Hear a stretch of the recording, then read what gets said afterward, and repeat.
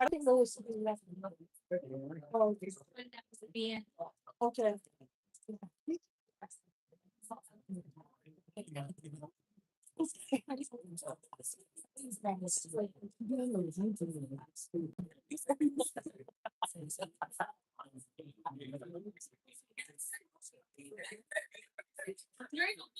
Oh my. I said all three. I don't think we do. Said all the things. So that's the big town.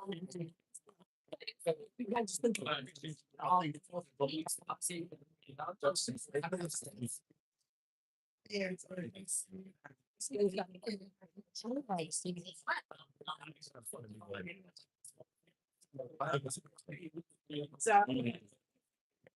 so you got it. Let y'all get your space. Just want to say have a great time.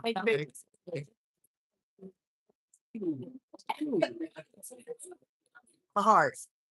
It's all the road, but the girls, like you said, I started this.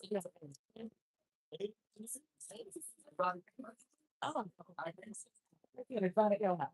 Yeah, somewhere in that. No word. Yeah.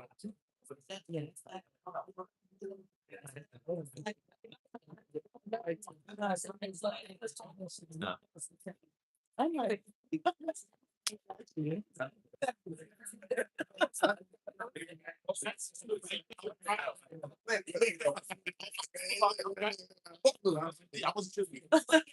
that's good though. Yeah. I was like, I can make it. That's hilarious. You're not gonna understand.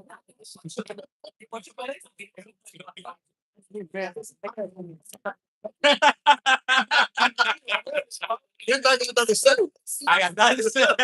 I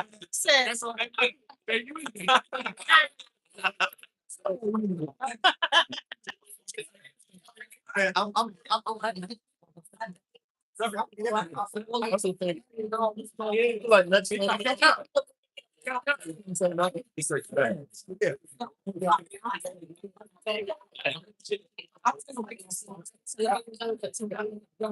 See, I don't think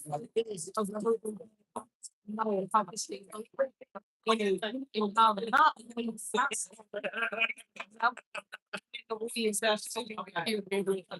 yeah, they don't like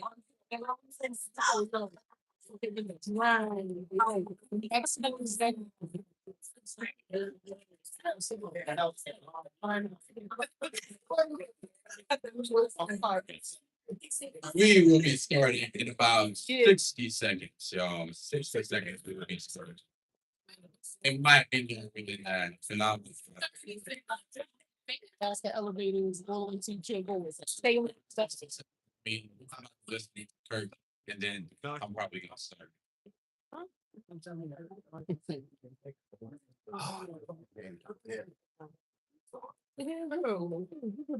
Slash you. Well, I thought,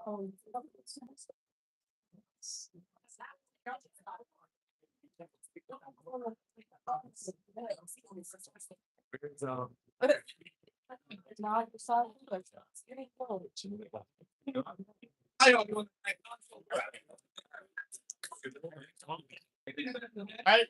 right. I would have that before.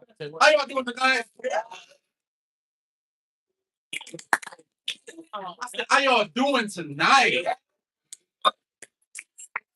Welcome to the 34th annual Southern Pride Poetry Slam. I am the host, Daniel Garwood. What up, Daniel? I'm looking at least be comfortable. I'm the host, Daniel Garwood. All right. You guys are in for a poetry slam. If you're not here for a poetry slam, you are stuck here now. So, with this poetry slam, I have to read this spiel. I'm going to read it verbatim so they don't fire me on my day off. Y'all ready? All right. Welcome to the 34th annual Southern Pride Poetry Slam. Before we start, I have little notes I'm supposed to say, okay? So, in the back of the room, we have a healthcare professional named Jasmine. Jasmine, raise your hand. Right there, right there. Right. Jasmine's favorite color is orange. Her favorite food is macaroni and cheese. I don't know what kind of macaroni and cheese it matters. Y'all can ask this. Okay. Check. Sure. All right. Cool. All right. At Southern Fried, we believe Black Lives Matter. We support and believe in the rights of our LGBTQ plus community. Right. Oh, okay. Oh, my bad. Y'all gotta. So when I say things that matter to y'all supposed to clap. Oh. We don't run it back. We don't run it back. We don't run it back. At Southern Fried, we believe Black Lives Matter. Yeah. Okay, cool. We support and believe in the rights of our LGBTQ plus community. That's what yo. We believe every person should have equal access to living their best lives physically, spiritually, and artistically. That's what we do. We encourage you to be respectful of everyone's identity and remember that every person on this stage has equal value. At Southern Pride, we judge poems, not people. Right. That means tonight you will see 4 teams of poets and 3 or 4 independent poets from across the country competing for a chance to perform in final stage this Saturday evening for teams and indies. Y'all know what those teams are? Yeah. Y'all know what those teams are? Yeah. Right. Y'all wear from Purple Slack. Breaking Bad. Whoa, house. Weekend.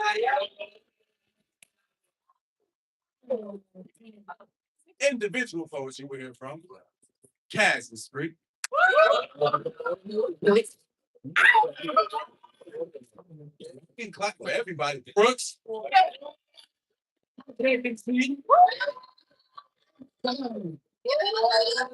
All right. Judges, we ask that you give the poets your undivided attention. In order to do so, we ask that everyone silence your cell phones at this time. Everyone, silence your cell phones at this time. Yes, you. The person there, my phone already on silent. It's not. It's not. Good. All right. In poetry slam, there is no music. There are no costumes or props, and each poet will be performing original work. Poems may be up to 3 minutes long, but after a 10-second grace period, the performer loses points for going over time. You may see groups of poets performing team pieces. This is normal and encouraged. Some of the poems you will hear will deal with sensitive topics. If any time you feel the need to step outside, please feel free to do so. This does not include judges. You have to stand and actively score the poem. Now, y'all remember the healthcare professional's name? Yes. Favorite color? Favorite food? All right.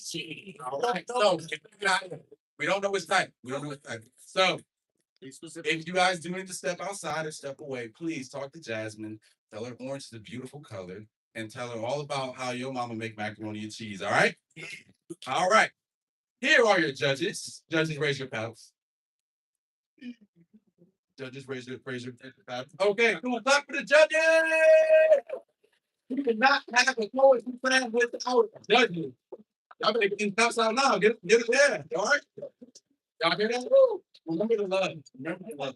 All right. They are sitting in the first 2 rows and are not affiliated with the poets performing tonight. Judges, let your scores reflect your feelings. The audience will let you know what they think of your opinion. Now, audience, you guys have a job to do. So if you hear something you like, we can go, Can I hear a We can snap our fingers, man, some snap. I get a I get a wow. I get a that's fine. That's fine. Yeah. So that's all the things that I want to hear from this audience. Y'all hear stuff y'all like. Cool? All right.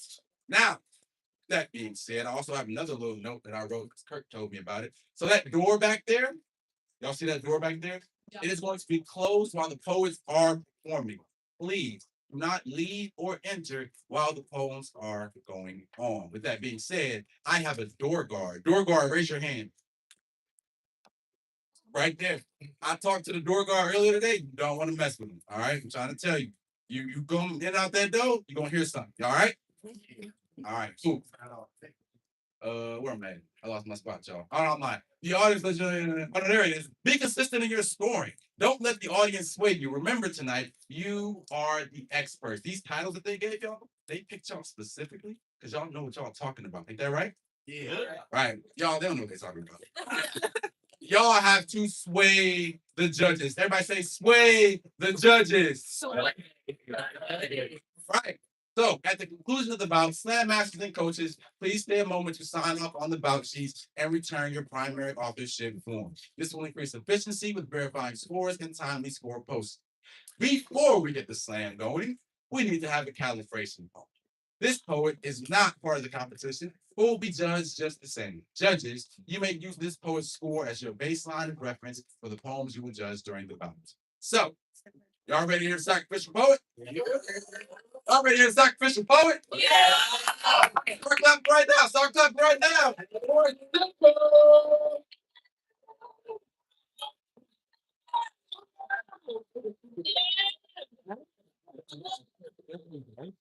I met her before. She's from Orlando.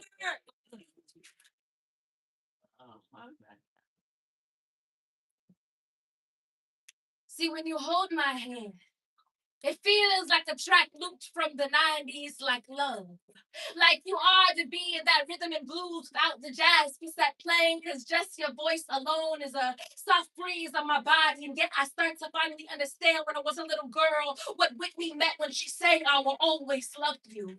And every time you press your lips on my back, it's as if Toni Braxton herself came to unbreak my heart, because all my life I grew up longing for that Casey and JoJo type love, that lovebird, that I know why God's gonna marry us type love. See, we fell far before fall because it's long been our season. And well, you are my reason. Like Marvin, you are my healing. Do you understand now when I remind you that your lips have power? See, when I think of you, you make me want to go on and on like Erica was making us all say Badu. And I don't have to be Destiny's Child to say your name, baby. See, I will say it willingly. See, I do believe us there has in mind be made nice and slow, but not in a sexual way, in a loving and godly way, like slow to anger and soft in touch. So you remind me of what it means to be properly loved, because when you call me sweet lady, help me. Would you be?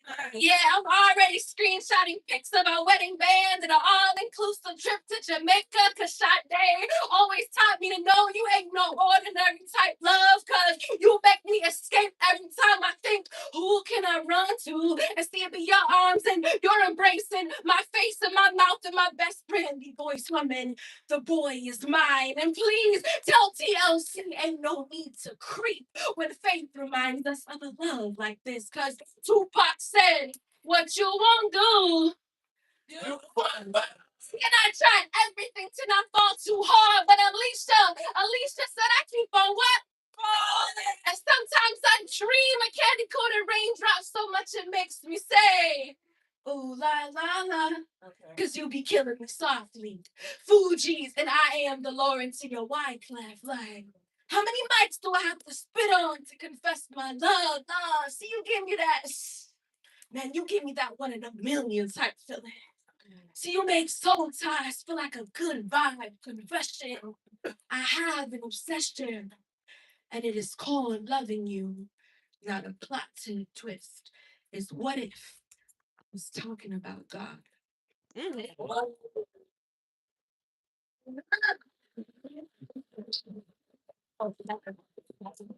Ah, that's good.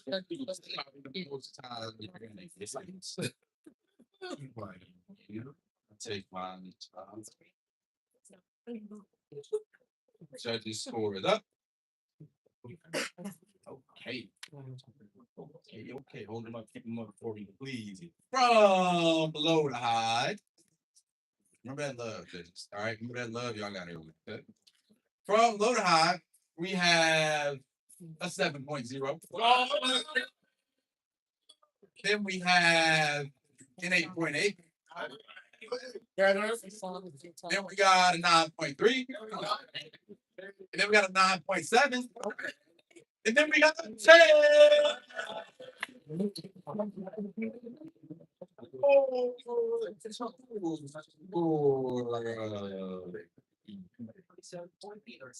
27.8. Clap for the poll.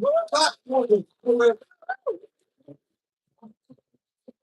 Y'all ready to start poetry slam? Yeah. Y'all ready to start this slam? Yeah. The door is open. Went back. Wait for the door to Hello.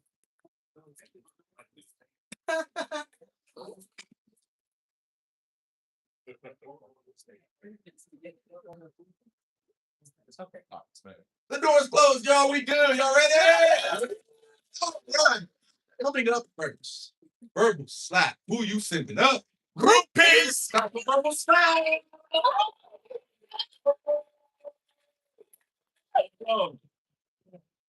Okay, I see y'all.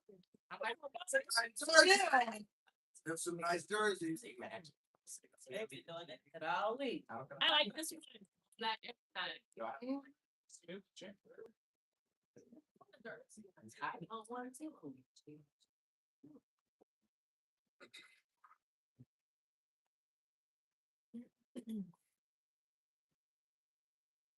What did Paul Mooney say? Everybody want to be a nigga till it's time to be a nigga. Introducing the Black Culture Adoption Agency as seen on TV. Are you feeling uninspired?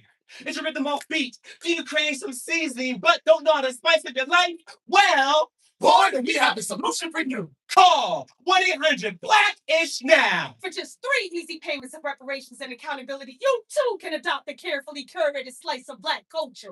That's right.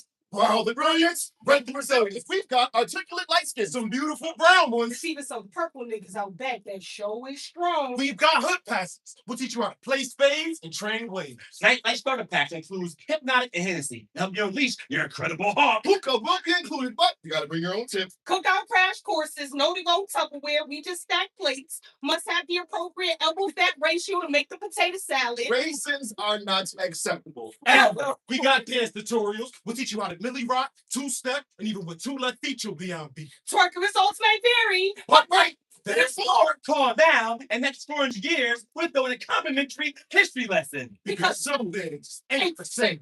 Now, before you go and sign that culture contract, just know you can dance to our music. Dip your toes in our struggle. Twist your tongue around our slang. Use of the N-word not included. Generational trauma. Not privileged. Adopt our kids but can't manage their hair. So you will have to run a sister to teach you how to braid. Uncomfortable, keep it loud. Now you know how it feels. You can't desire all rhythm, but not all black or blues. Call now or don't. Side effects may include overdue enlightenment. And a sudden urge to mind your motherfucking business, bitch. You must exercise your white fragility, but it will depend on your ability to withstand being deemed angry. Even when you're not mad, just exhausted from carrying this country. What about that mule? 40 acres? Nigga, please. But you can pretty certain urban colloquialisms, such as, All right, so boom. What had happened was, I say blah, whoop-de-whoop. And yes, queen. No, niggas not included. but those side of PTSD from police sightings are sirens. Introduce you to redlining and gentrification. 1 cup, 1 neighborhood at a time. The Starbucks On the same corner your star was bought. reminding you, Coffee is less than a casket. drink up. America runs on bullets. At the Black Culture Adoption Agency, there is only a 1 in 10 chance your child will go pro. But a 1 in 4 chance they will go to jail. Don't worry, the government gives you stimmy for bail. Come on down. Once you successfully appropriate our culture, There's a significant chance to get legal dope or lick and finally be able to get jiggy with it. we've got everything you need. We can buy into our blackness, but it's color and percent.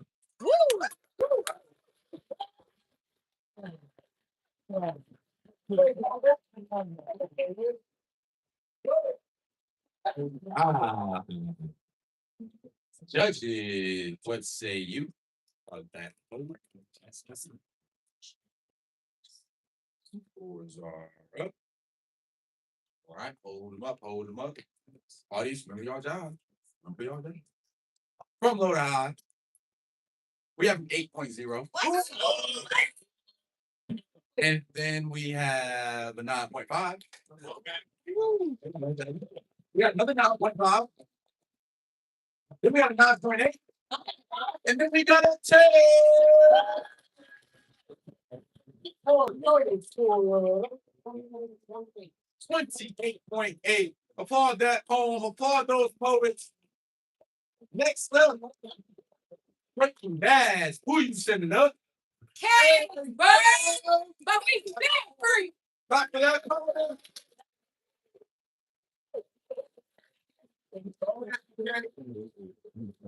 You are. It is the Get it.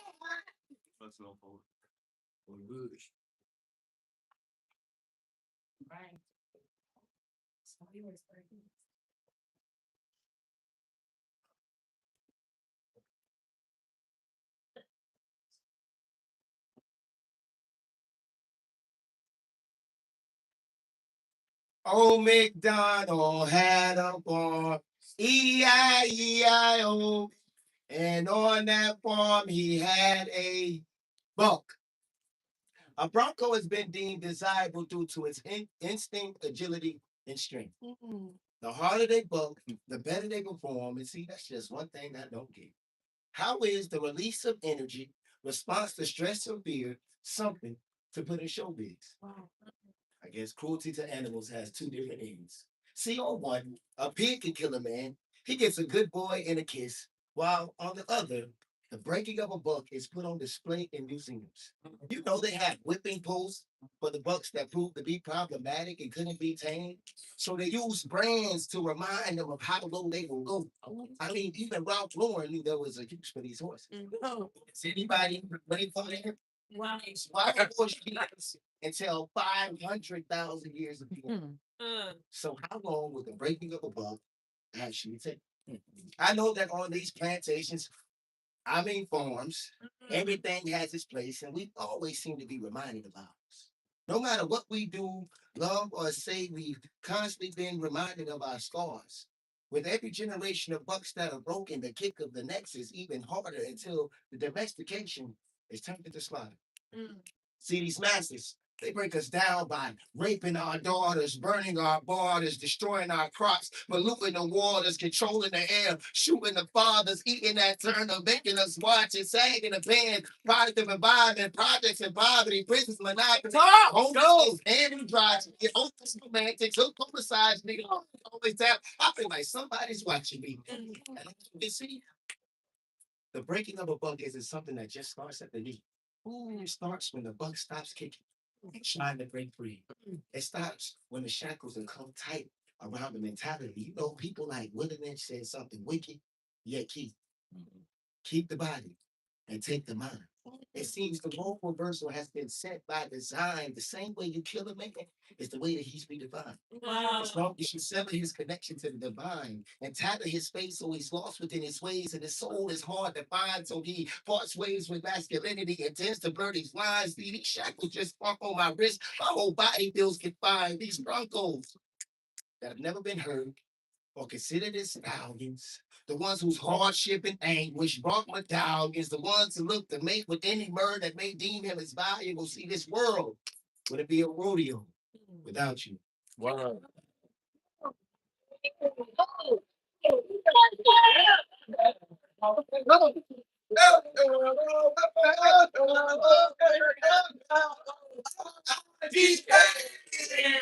Yeah.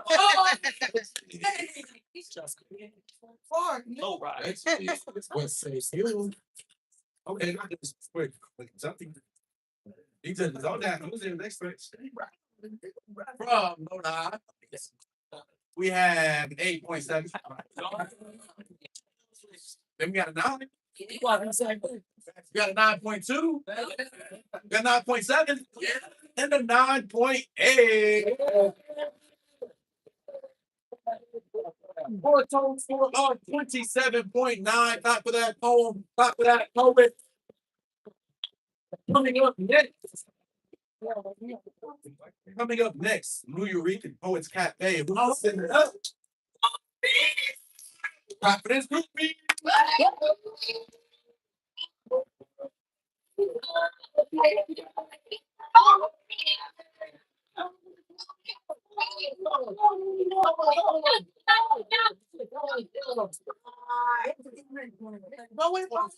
Okay. I see y'all. I love this poem I never heard. Let's go to New York. Set your stage, poets. Talk that shit.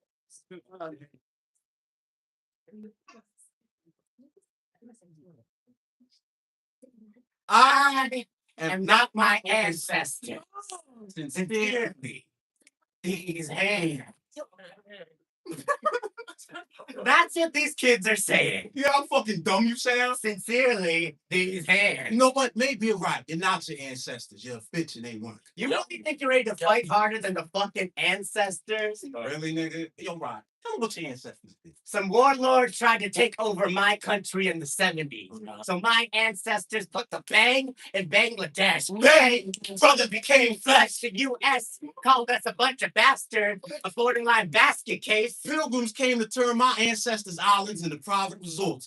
Palmed our palm trees, handed us Psalms 23, pigs pillaged, maroons turned those jerks to pork. We descend from rebellious people. They tried to stop us, guns. Like we ain't take shots as a hobby. Chemicals adapt to the strains on our body. Politics. Like we give a fuck about the lobby. We used to organize. We used to be out on these streets. Hold on. I gotta wait for Uber Eats. We used to carry guns in our laps. Now I just ordered from the Starbucks app. We used to fight for our lives. So easy to get free shipping on Prime. We waved the country flags for Pride Night. So how come the flag we waved Wait, looks stall.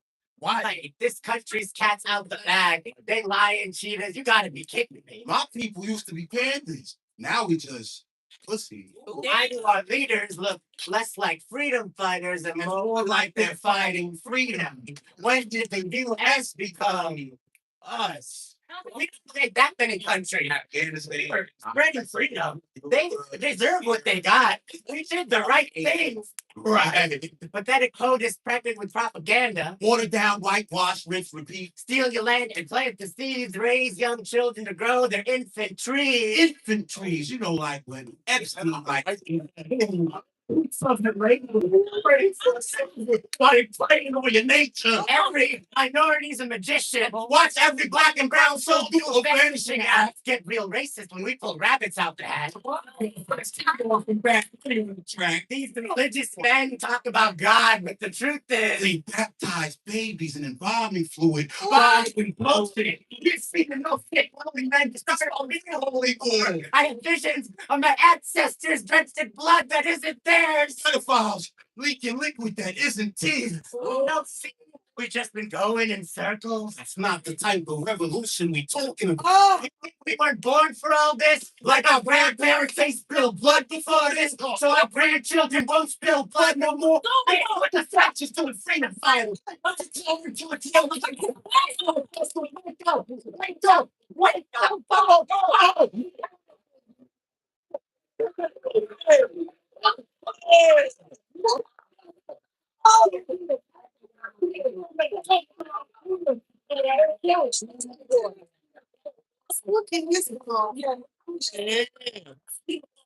Oh, hold the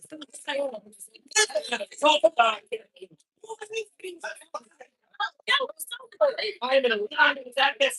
I'm gonna get your host.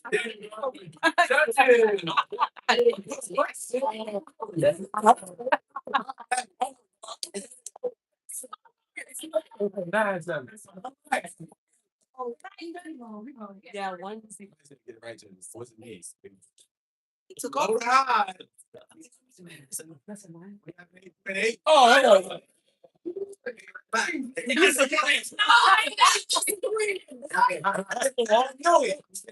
It's the first. You read that right. We got 9.7. We got a 10.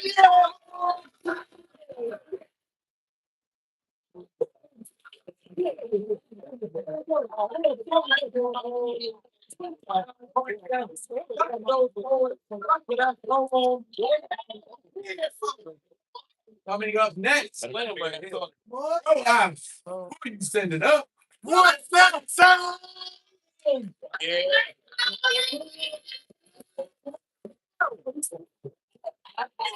No, It's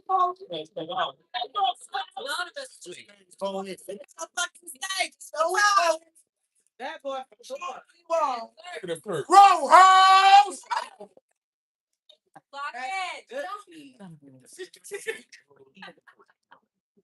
That's great.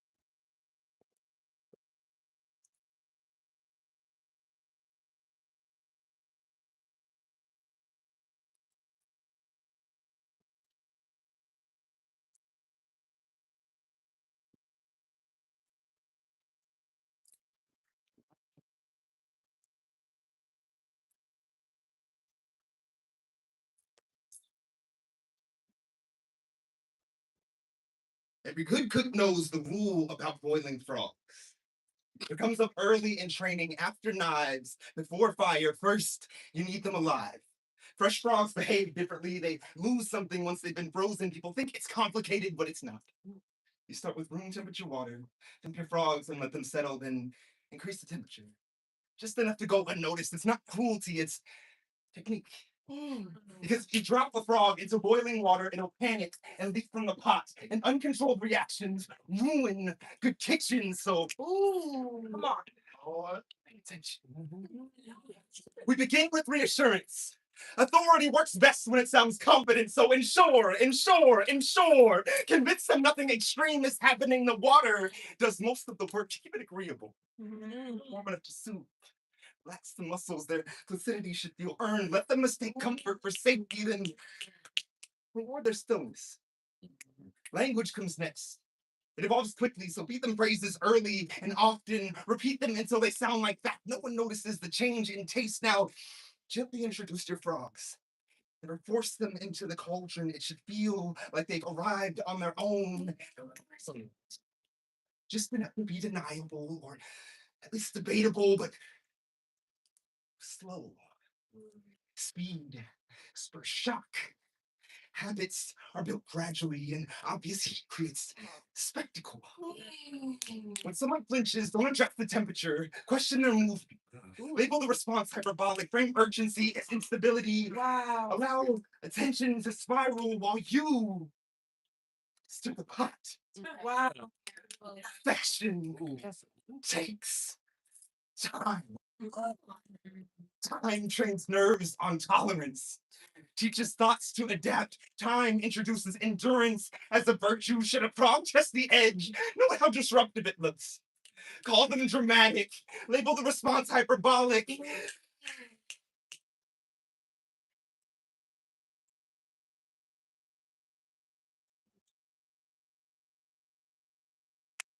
Come on, poet. Come on.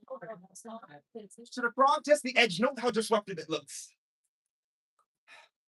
Take your time. Frame urgency is instability. You got it, Sal.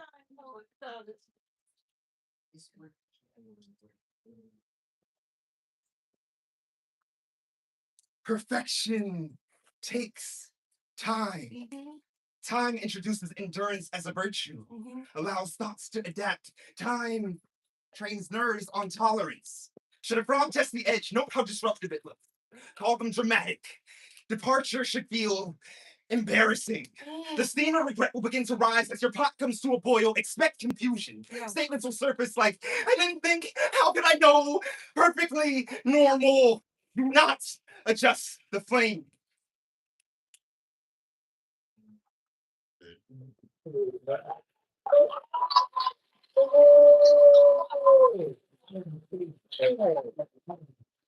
I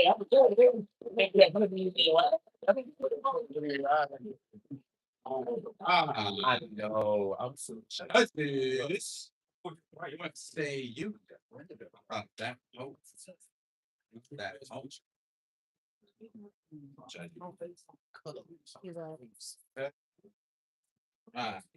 From low to high, I have a 6. That's gonna be Read them Russian. 6.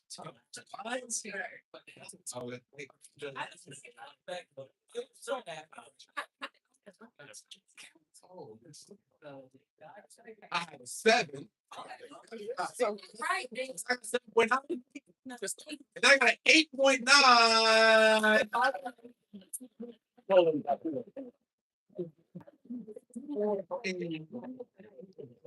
I've been busy doing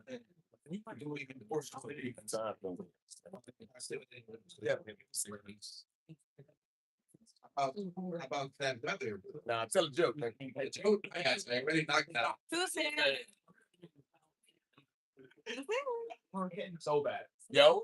Oh.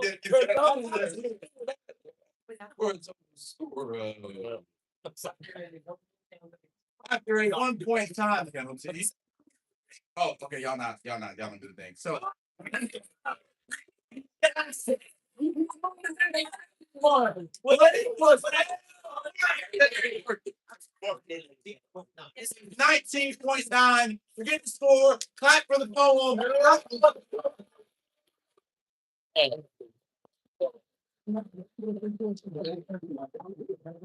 Now we have our first ending coming up. So start clapping right now. Start clapping right now. Start clapping right now.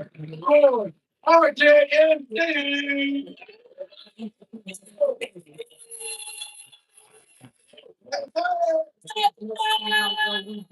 Nobody told. Detroit.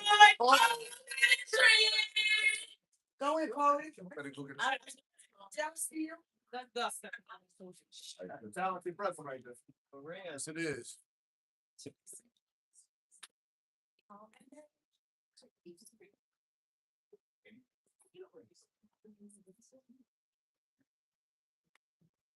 Let's go.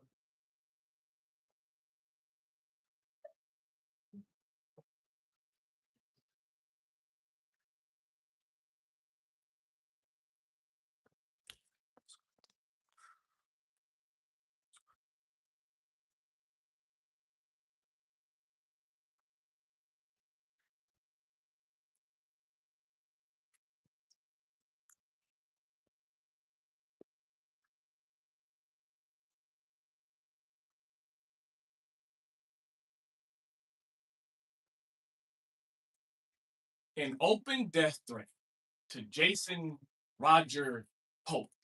Fuck a literary device. I want you to be dead.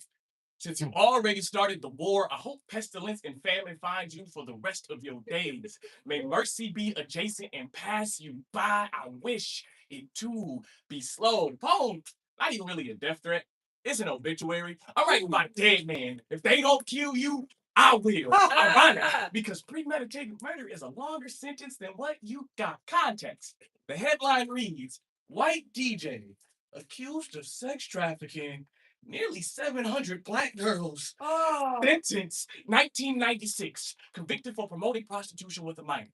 2011. Girls aged 13 and 16 reported having relations with Pope. Marked unfounded. 2014. Pope posts on Facebook. I'm 36 with 693 bodies. All black females. What about you? 2018, convicted again for sex trafficking. 2019, a jury indicted him on 14 charges related to sex trafficking. 2023, he finally copped a fucking plea. 2024, it reached national news. They say you were a DJ. And I just want to remix your features, catch a hi-hat with a different drum kit. It's almost 30 years to give him 30 years. He's only expected to serve 19. No, I am investing in a 30 clip bomb. That's the ball in knees and green because there's not enough space on the body for another 663. But it's only the number that he claims. But when people tell you who they are, believe them. I learned that from a black woman. I'm tired of the world not protecting black women, not listening to black children. I'm trying to figure out how a crime of this degree didn't get the death penalty. Yes, South Carolina still has the death penalty. Let it happen someone that look like me. I've seen niggas die from just trying to breathe. These were daughters, nieces, friends, sisters, cousins, literal children. Didn't even have the time to become women. So don't find it odd if I say this is exactly why I have a hard time believing in God. And no, I do not know where the poem is aimed at. From the judicial system to the patriarchy, all the way up to our Lord and Savior. Just know I got a few targets in the grander scope of things. Fuck Florida, South Carolina for letting tree. Fuck Brian Gibbons for accepting his plea. Fuck Rosemary Parham for saying he didn't have a violent bone in his body. Fuck the 4 professionals who said he had autism when that was never a point in any case prior. Fuck the sheriff's office for documenting 14 incidents and then making no motherfucking arrests. Fuck the neighbor for knowing and staying silent too, he says. I've seen girls walk into the house. I cannot say that I've seen them leave. So fuck Jason Roger. Oh,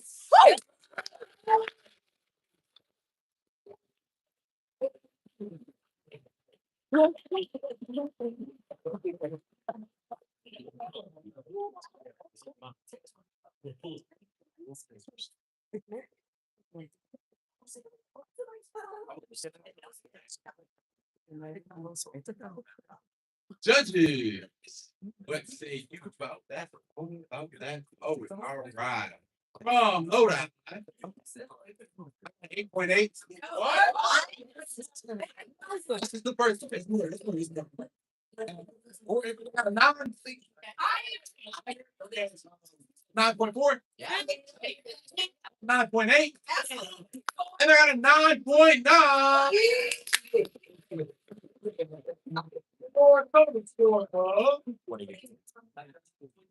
After a half-point time penalty, you right back to it. You really what it was way worse. It was. We have a 27.7. Not for that poem. Not for that poet. We are going on to our second round. First up, Breaking Bad. Who you sending up? Ready, finger.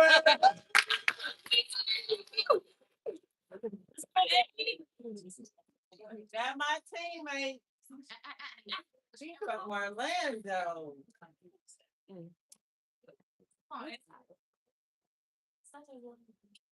That's Eddie. I think. Figure that shit out. Oh wow.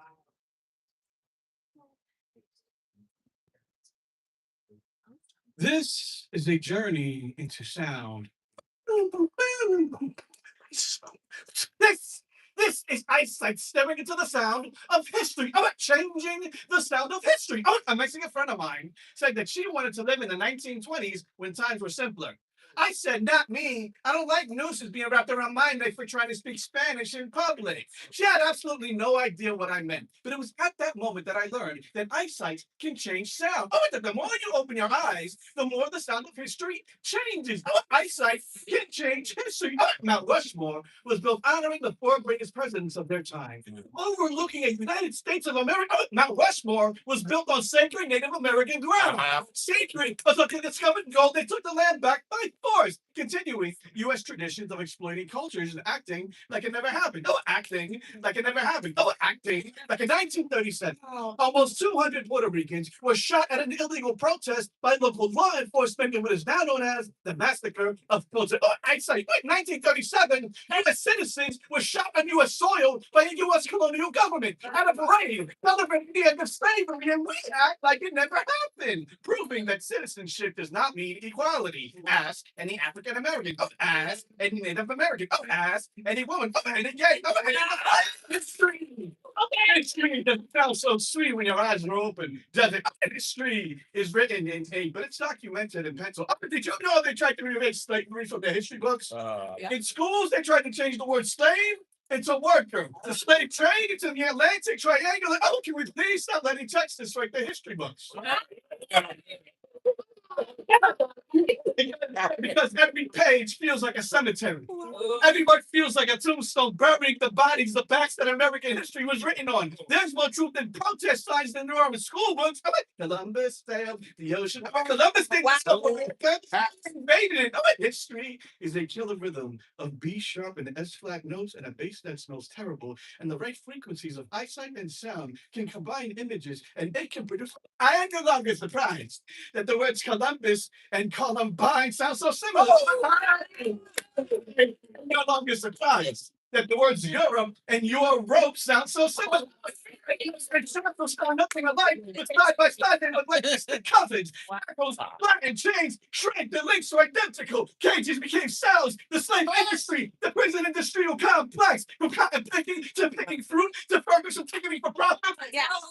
I've always been treated like cheap labor. Student loans, medical debt, slavery never went away. It's just goes by different names now. When will you people get over slavery? slavery. Wow. Those who forget the past are destined to repeat it. Then we will get over slavery when you stop trying to purposely forget it ever happened. When you stop trying to repeat it. When you stop trying to bring it. Yeah. Wow.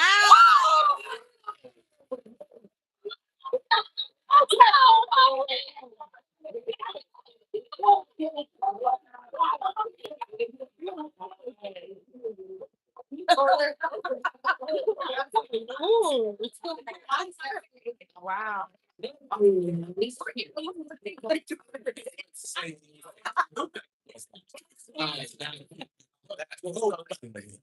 All right.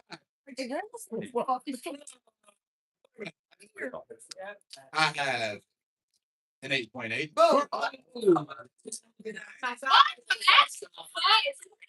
Okay. I got 8.9. Crazy. Good job. I have 9.8. Hey. Then I got 9.9. And then I got a 10. 28.6. Not for that. The Nuyorican Poets Cafe. Who you sending up?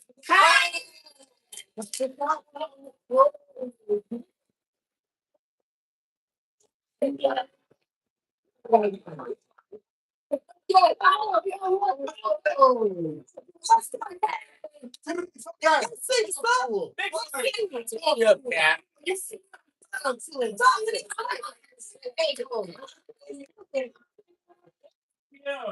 you talking about? Sorry, watching Rocky.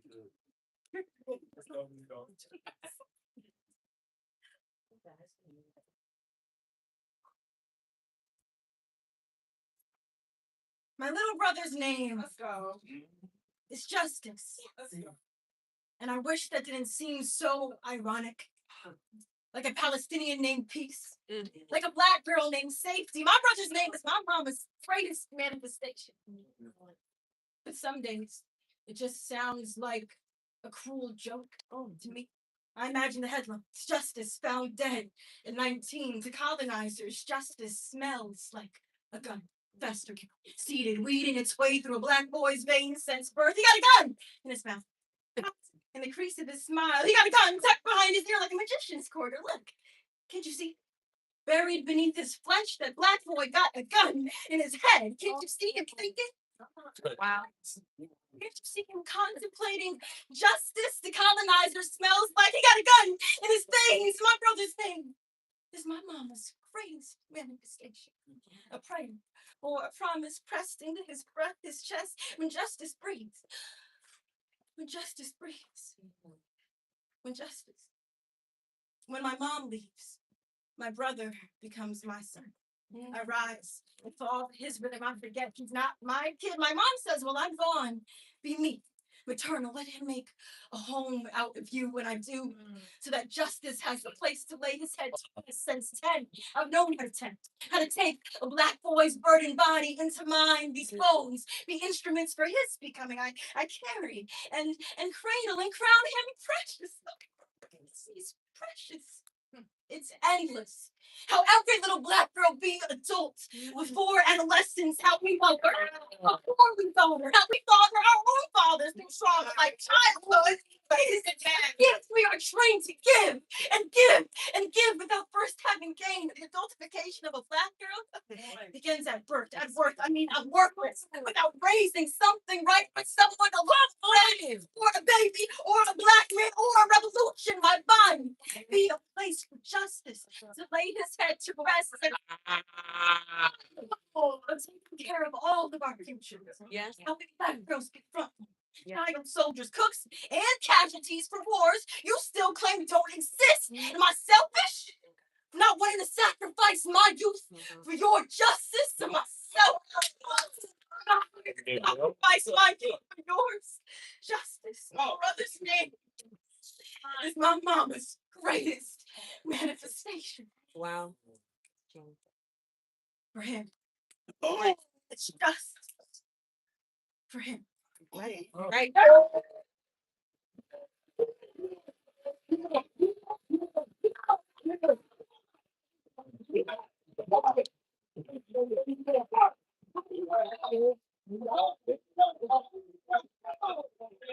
Yeah. That's disgusting.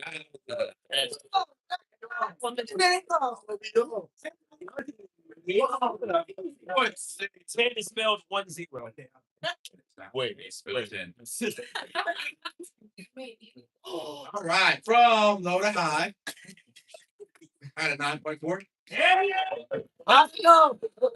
It's not Four. I got 9.5. Higher. Yes. All right, I got 9.7. Here. Okay. 10.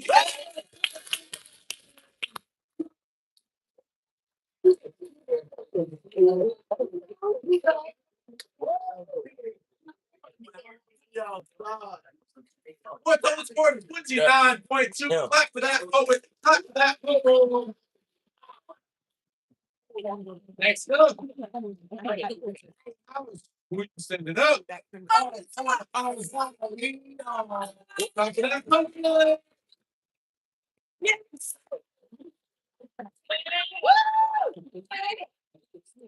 my wife. Love you. Remember why you wrote it.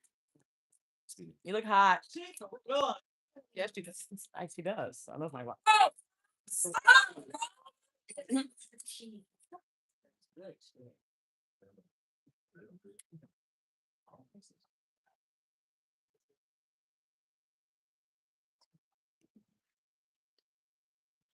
Pillow talking be easy in my bed, all sticky and warm, wrapped in my vacant arms. Come on, babe. Rest your head on mama's bosom. Lay your body and your burdens down. I'll wear them like a bib. So you can spit up those impure thoughts and cry your attachment wounds out. Don't worry, baby. They'll dry up. But this pussy won't. Come on, baby. Wait. Let's give Freudian slip a new meaning as you call me your mother's name and your sleep still inches deep inside me while you ridicule and chastise me for all the things you wish she would be like softer, like the skin of your cheek on my chest, like warmer, like inside of me when you want to run away from the coldness of your past. Oh, I'm sorry. I'm just here to make you feel better. Till someone else can come and make you feel better. Till another pussy feels wetter than the tears you cried on my chest. Oh, yes. I forgot. You have mommy issues. Abandonment issues. Well, you have my daddy and trust issues on top of that. You know the kind that make me all too available to emotionally unavailable folks. But never mind my trauma. Let's focus on you and your needs. Come on, baby. Let me swallow your truth. Better than she could ever swallow you. Spitters are quitters, remember? But I'll swallow it all this time, baby. Even if I gag on my lack of boundaries and choke on the constant comparison. Oh, deep broke down these deep feelings of resentment still lingering on my tongue, like the scent of her still lingering in the sheets I know she was just in. Wow. The same sheets I get fucked in. Wow. The same sheets suffocate me with when you want to be tucked into. I sound salty, bitter, like tears, like semen. Like abandoned children, like the one you left me with. Wow. And a child off of my heart steps for me to deal with till you found the time to grow up and deal with your own shit without the comfort of my safety tits and supple. Wow. And with blood. You mustered the adulthood to rip yourself from my body, leaving me to and bleed from stolen offspring. Damn. I hate mothering my lovers because they do what all children do. They grow up. And me into the world to be healthier, all off the back of my mother's instinct to save them from themselves, to love them when their real mothers couldn't or wouldn't bear to hold them. I did. And look at what I'm left with.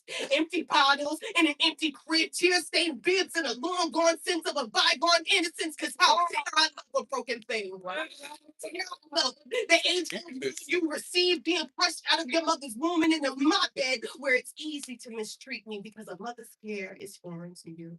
So I took the time to nurture the nature in you till you were all well and fixed. Damn. Ain't mothering a bitch.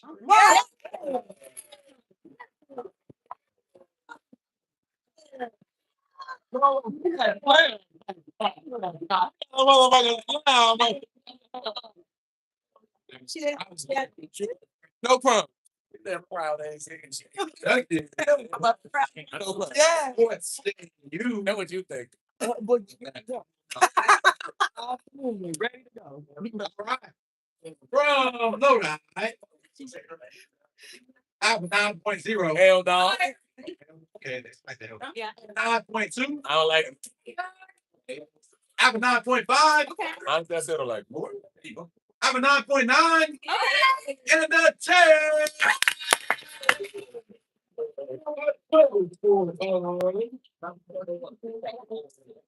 28.6. Clap for that poem. Clap for that poet.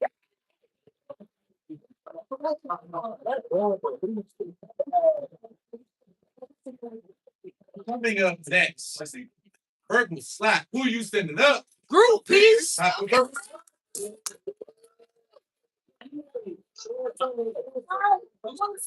Hey, Mo.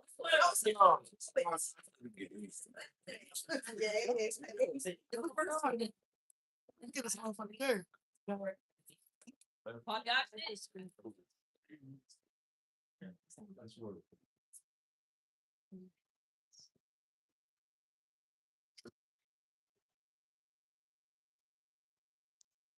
Overkill, when the capacity for destruction far exceeds what is necessary. Each year, police officers fire a 21 gun salute, not in honor, but in hate, aimed at the tombstone of a panther who barely lived to see 21. Here lies Fred Hampton, assassinated in cold blood as he lay sleeping beside his pregnant wife. They buried the bones, but not the hatchet. I am a revolutionary. Before I had a chance to ride, they called my love for people to crime. So they raided my home, riddled me with bullets held court in my body before I could finish testifying. But here's the thing about pop. It don't die easy. You can kill a man, but you can't kill his memory. After the funeral, they still find a way to lay us to rest, never satisfied in being a dead horse or a nigga into submission. So when our lives move mountains, our death moves mass. They prey on our monuments, turn our graves target practice. But can't practice what they preach with gunpowder prayers, crossing rifles, sending us to the crossroads. Even in the afterlife, they must be bulletproof. They keep shooting, even when there's nothing enough to kill. Turn our tombstones to braille, so our children read between the holes. The body keeps the score, but history keeps receipts. We say rest in power, because they never let us rest in peace. Even after my baby's flesh has been torn into a puzzle, I'm forced to put together what's left, makeshift a body decent enough for a burial. Open fire during open season, leads to open caskets, word to maybe. Not even till death. Okay. It's never just the bullets, but it echoes through generations. Here lies in a casket should be closure, but it can't contain their fears. 14 years old, murdered by a mob. Every year a firing squad celebrates his slaughter by making a martyr of his memorial, and here stands his mom. Casket open. Show the world what they did to my boy behind a white woman and her white lies. Rearranged his face and rewrote their story. Mutilated his body, then attempted to mute me, but they can't maim him and maim me. My folks can't make no people. So I shamed the devil and told the truth. I ain't just whistled Dixie. I made sure they were forced to look in this land of cotton. They drowned my boy with gin, used a wire rope to lynch him. So it's only fair, even beyond the grave, we make them pay for their sins. Overkill simply means white people be doing the most. Down with our bodies, and start war with our ghosts. Racist raise revolvers, so we rise from the dead. To make the same ways, you can kill our fears, but you can never kill our legacy.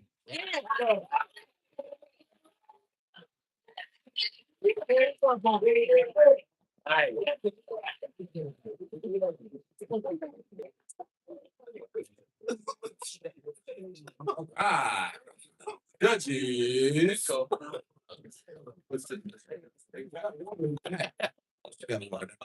Okay. Hey, he's good, everybody. All right. From low to high. Come on now. I got a 9.2. Yeah, I was like, all right, we got a 9.5. Higher. Okay. I got a 9.8. Okay. Then I got a 9.9. Okay. Then I got a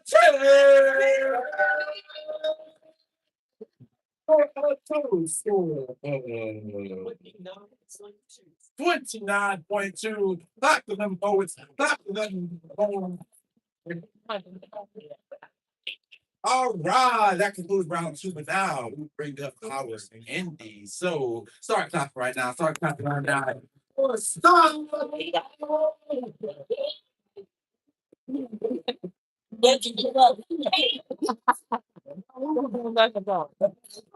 It's like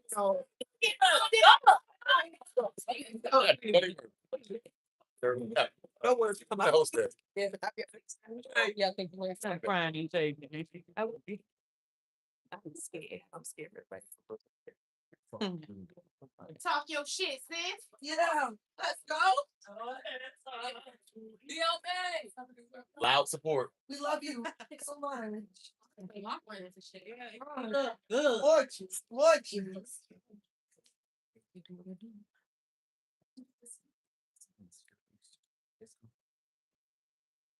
People ask me why I never speak in my native speech in front of mixed company. They've asked me, son, why I sound so different sometimes? Or son, how come you not always sound Jamaican? And remember this time when they bought it?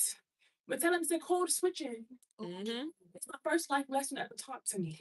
They told me to speak the thing in English clearly. I never knew one woman could own a whole diaspora language. Wow. It's a journey. A connecting rally cry in between nations. It is real tongue formulated into unwritten song. That's one. Being the rebellion between the conqueror and the conquered. I am a daughter of 2 immigrants. My father died here in a country that did not give birth to him but held space for his casket anyway. Body back from her mother. It's still a breathing renaissance. With that Jamaican rhythm still melting in her spirit, she's the embodiment of the phrase, when there's a will, there's a way. I never started, they say. And my father started too. I think the confusion started in grade school. When 4th grade snacks consisted of fried banana plantain instead of turkey and cheese Lunchables, drinking Jamaican hibiscus sour instead of sweet tea. And the question that they asked me turned into the ridicule that they passed at me. Fast forward to middle school. I am asking my parents to ride here on a banana boat. I love bananas, so I laugh at that coincidence, but I am the only one laughing. I learned that it was possible for a person to become a joke that day in high school. I found my voice, hiding behind the rebellion rebel kicking against Papa Grandma, wondering how something could be considered broken if there was never anything fixed in the first place. Room for all these languages amidst all this space. Different does not mean broken. Different is just the difference. My heritage subtracted from their perception. The ones who don't want to understand it call it broken. Rename it broken English. Say, she knows people. So I speak the plain English, and it's, oh son, you have some contradiction with the way that you speak, and I don't know whether I should be grateful for that compliment or offended at what it's insinuating. I think I'll be both immigrant child and American citizen, both ungrateful thing and product of resilience. See, the thing about a switch is that sometimes I get stuck in it. I don't have the cheap code to remedy this. People begin to make a giving of my suffering, convinced that assimilation be so fluent to replace my mother tongue. But I'm a daughter of 2 immigrants with banana boat benevolence and a Caribbean carnival that's been open by cooking at I am my grandmother's dreams. I'm a beautiful reckoning. I'm rebel turned into redemption. I am a walking anomaly. I should not be able to walk around with all this audacity. There's so much burden for God. I dare you to say something about my diaspora. I dare you to call my wholeness a broken thing. Does this look like the face of someone who was different? Yes, but not the face of someone who was joking. I did not play about where I come from.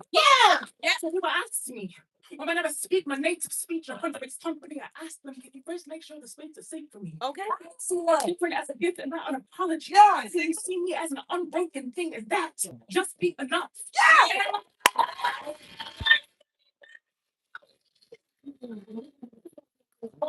Son, man. Oh, that's how you write a poem. That is how you write a poem.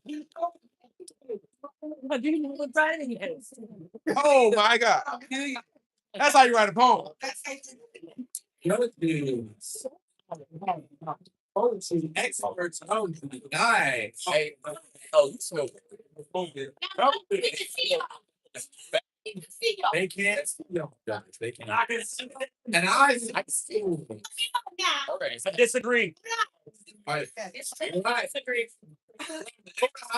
We got a funny one. Get it right. We have a 7.9.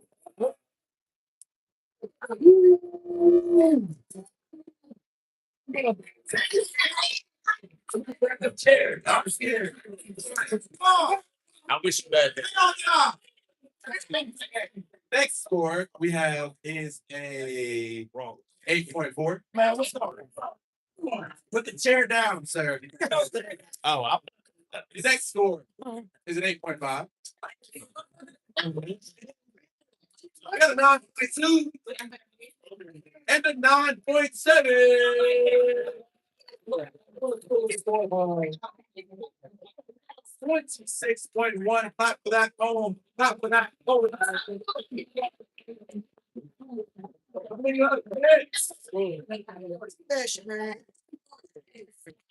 Next, once we close. Dark top right now. Dark top right now. Dark top right now. 4.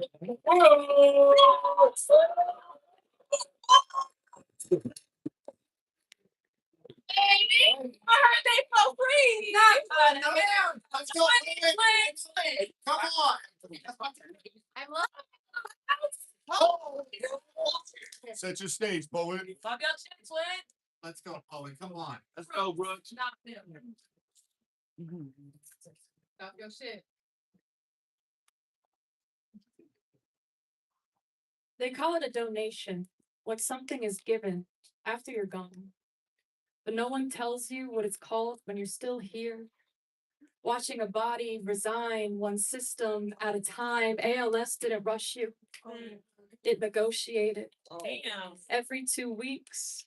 First, it asked your hands to stop remembering how to hold things. Then your legs to forget the choreography, forget dancing through life. Then your voice, the same voice that used to say your name like it mattered, started coming out like it had to swim through molasses. They say aggressive, like this was forward motion. But I watched you move backwards, back into yourself. Hospital rooms taught me new math problems. How many muscles can fail before a man is still considered alive? How many machines it takes to keep a breath from escaping your chest? I started bargaining with my body. Damn. Take my lungs.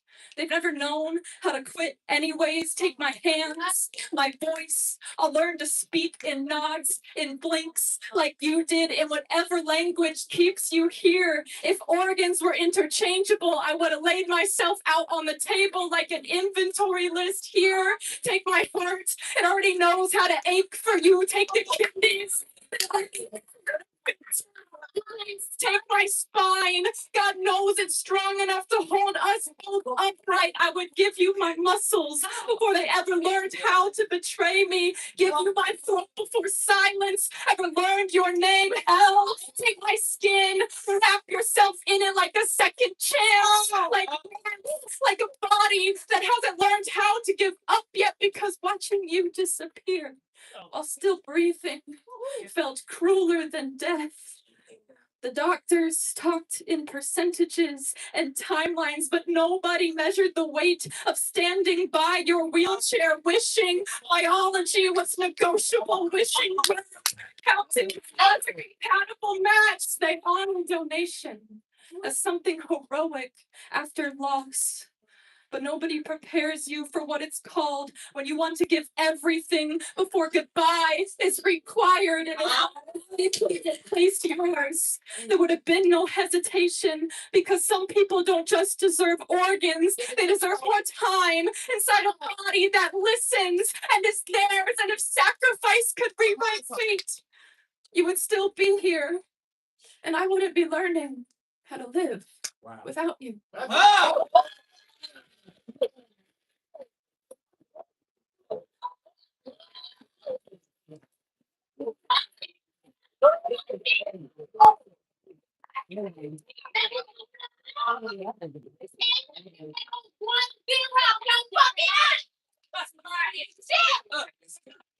Exactly. Y'all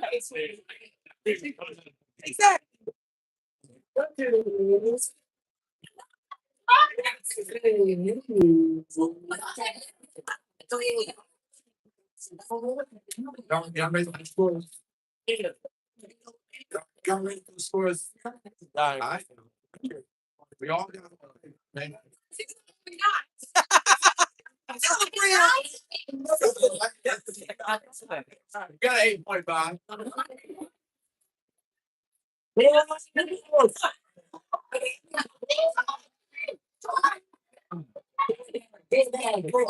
got an 8.5. Okay, then we have a 9.5. We have 9.8. Then we have 9.9.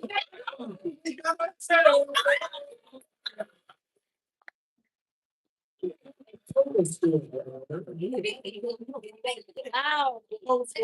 29.2.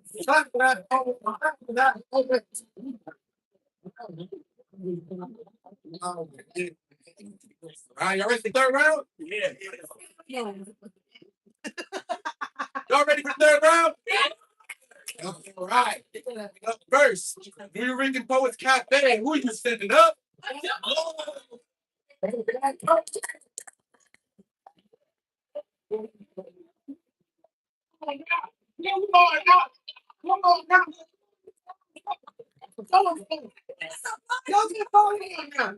Yes, now play. I got one class.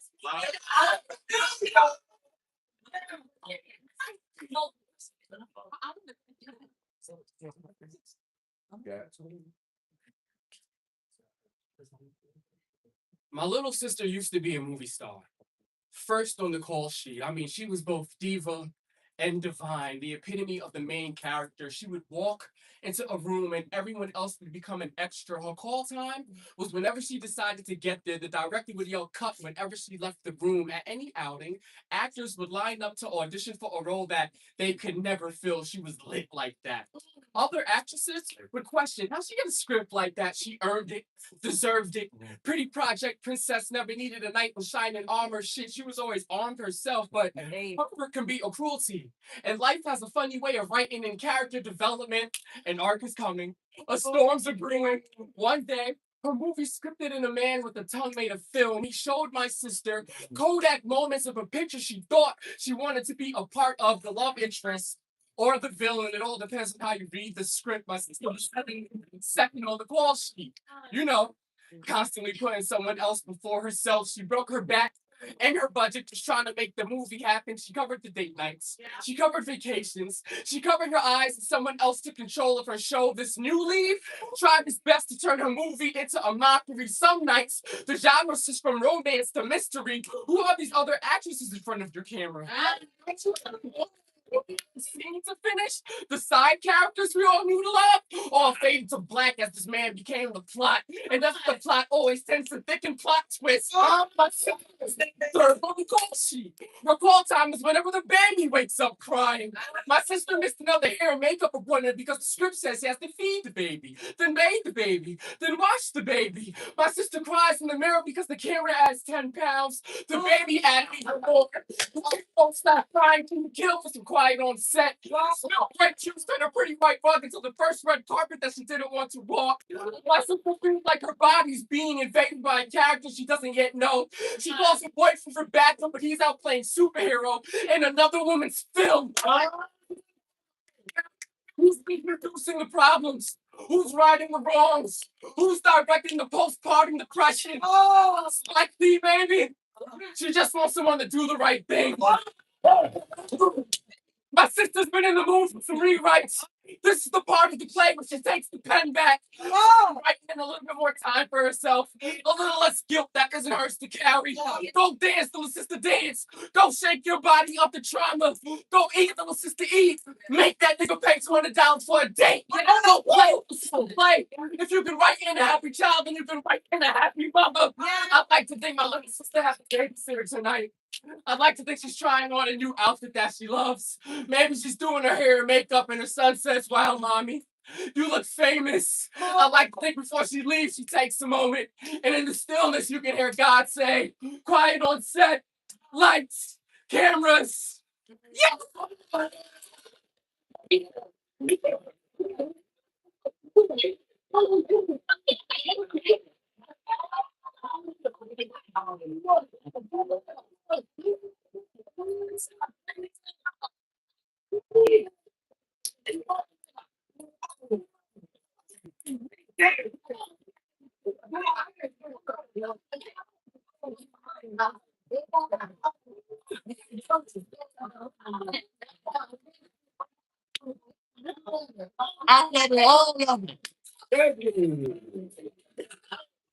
All right. Time. All right. All right. We have 8.9.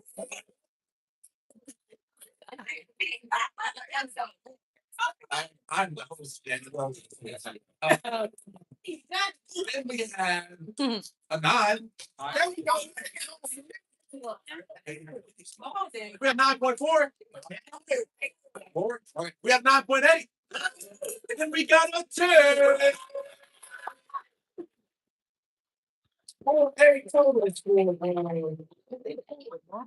28.2.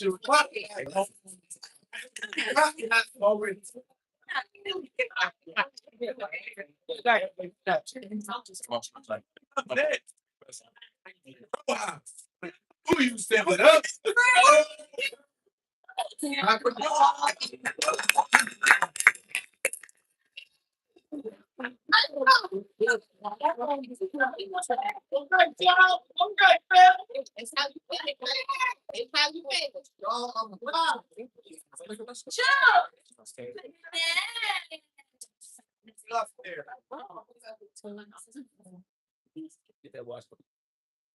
Bro, what's that sound? Yes. Let me see. Y'all so fly. That's my fucking team.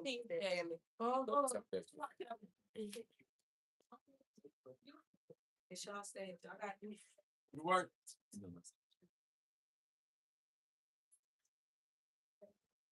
In Korean folklore, the tigers used to smoke. It's how you say once upon a time. When bags of redemption were at your fingertips, a $5 bill on a real could create history. Twin tigers meant to go half and half on one bag that contained an unnamed mystery. They say that's how they got their stripes. An accumulation of soot, ash falling where it shouldn't have. Fire kissed high, marred memory carried forward for all to see. A lesson in minding your ember. I was 11 when I first blew flame. Smoke wasn't rebellion in my household. It was part of the furniture and the couch cushions. 13 when I started sneaking around with fire. Smoke was a signal, a sign, interpreted different by my people. You see, the ashtray was just another centerpiece my family never whispered around. We passed it in tradition. In my family, flour broken down and wrapped in a paper was hereditary. Wow. The shadows, side. Like salt. Something you add because you're supposed to, like a secret. Kept in the wind because you're not supposed to. But I learned early that pressure could mean smoke or smoke. It could mean laughter or staying just a little longer than expected in a room that never asked you to be anything else. I realized that escaping didn't always mean running away. It meant staying still so you don't burn yourself. Hiding the marks on your hide from the same people who gave them to you. For me, smoking wasn't a secret. It was a language that everyone spoke. For me, smoking was a bond created by the laws found through dreams. Found out how to become the Sandman and exchange bags for validation. I knew how to roll before I learned how to cook. I learned how to master smell before I learned how to master smile. Got so good at both, I became the designated craftsman in my circles. There used to be something therapeutic about being able to fix things and secrets in my bag, being able to provide without being as loud as the pack. It felt different to be needed for something. Smoke taught me to sit still with people. How to make time stretch and feel held without being touched. Smoke taught me how to be true with myself, how to release fear and inhale and exhale out of confidence and not anxiety. But I learned what happens when smoke stops meaning fire. Because when the house you grew up in is always hazy, folks stop reaching for alarms. And when smoke becomes spiricy, every spark is an emergency. And when the air clears, no love but clips of consciousness, roaches of remembrance, an ashtray full of ifs, ands, buts, and buts, because you was the only one that needed to blow off Stephen the function. But smoke wasn't always the problem. Sometimes it was punctuation. Fill the quiet between sentences that no one wanted to finish. Let it go the long nights, short tempers, and empty promises. Take L's better than W's. Break down like that's always superstitious. Smile by fire of the past. A ceremonial sacrifice for all to see. Fire gives time in marred memory. Lessons etched in flesh. After all, what is the tiger without its stripes? Yeah.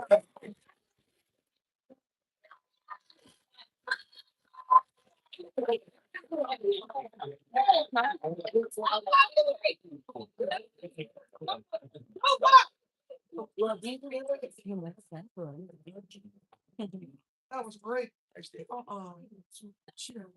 All right, judges.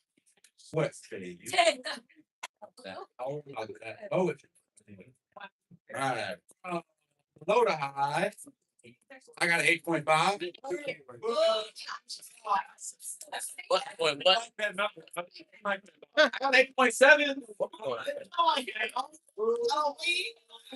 Range. I got 8.9.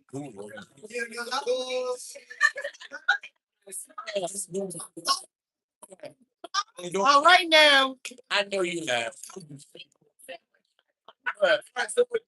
Sorry. Yo. You're not doing that. Everybody. Yeah, that's so. Everybody say, wow. Wow. Everybody say, that's stop. Stop. None of that was throw a shoe, right? Yeah. Let's keep our shoe. It was slushy. I smelled it too. That's why I smelled it before it got in his phone. That's real corrective. You know, it needed to be. All right, so we're gonna continue our scores already. Yes. All right. Again, from low to high, we have an 8.5. We have an 8.7. Then we got an 8.9. Then we got a 9.1 and 9.1. Four total score on 26.7. Not for the poem, not the score. All right. Coming up next in the third round. Slap, who you sending up? Groupies. Time for verbal slap. Come on, fellas.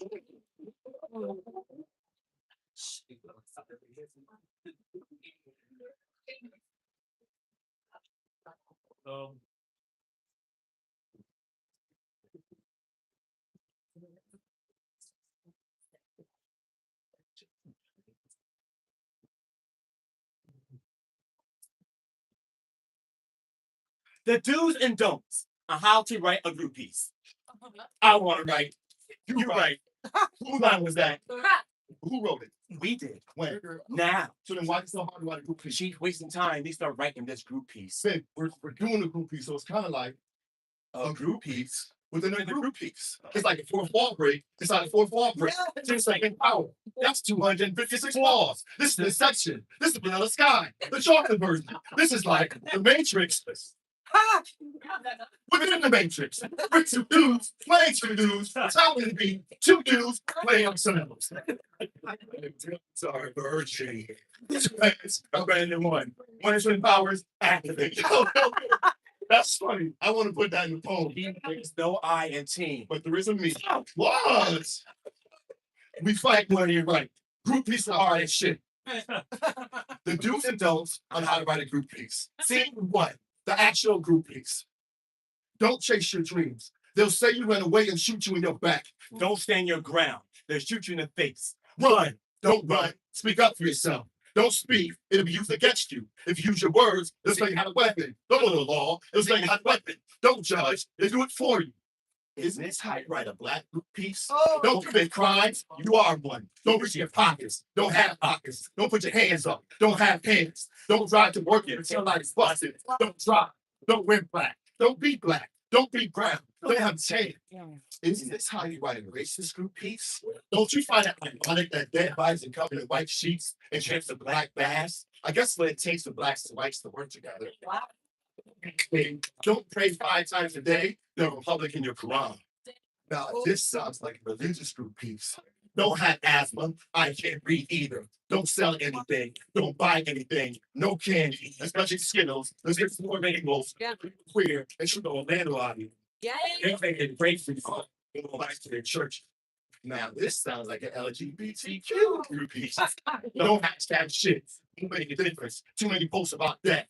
Don't be 12 years old in the park. Don't have kids. Their lives won't matter. If you do, don't bring to school or to church. They shooting folks. Yeah. Don't have eyes or ears. You seen and heard it before. Colored man slain. Colored woman slain. Muslims blame. Can't we all just get along?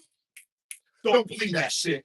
There's no cookouts in this mall. A group suicide, homicide, genocide, which means more atrocity. Yes, more shock that of you. Is that dramatic enough for you? Wow. This is how you get a group piece. Is that a wallet or a gun? This is how you get a group piece. Is that a toy truck or a gun? Are you willing to die for this poem? I hear a gunfire in the air. Hear the ammo being loaded. Now shoot. All you're gonna do is kill a public.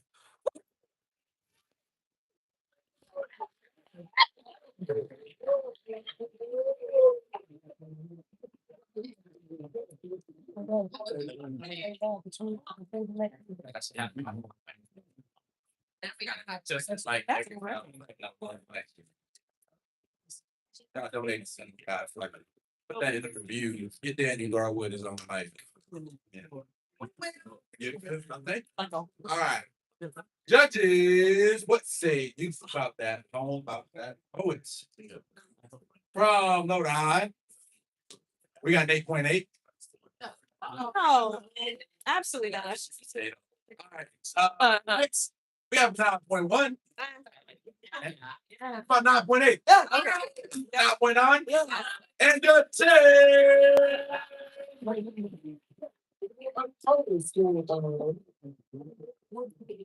28.8 platinum. Poets platinum. That poem.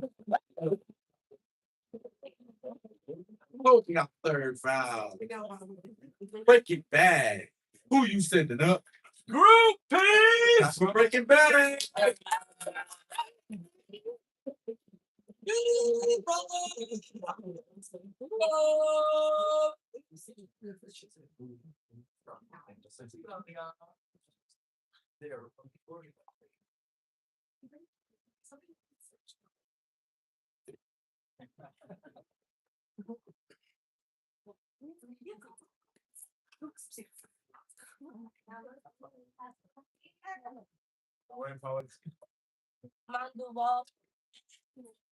Breaking Bad. Don't get mad. Fuck getting mad.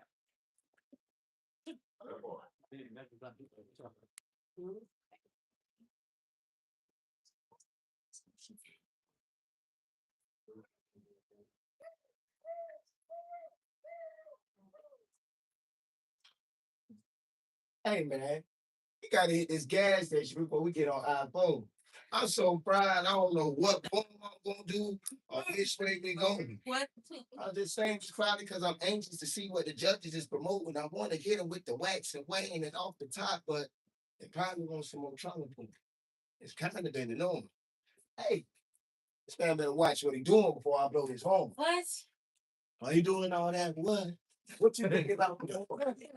No, I'm going through Black girls' stories. And I'm headlining. I'm be the driving force sharing the sheddings of my homegirls' petals. Stories about householdings of shared secrecy. I prefer to focus on the flowers that flourish on top of soil grounds, not just the ones we lay at their courses. We gonna teach them.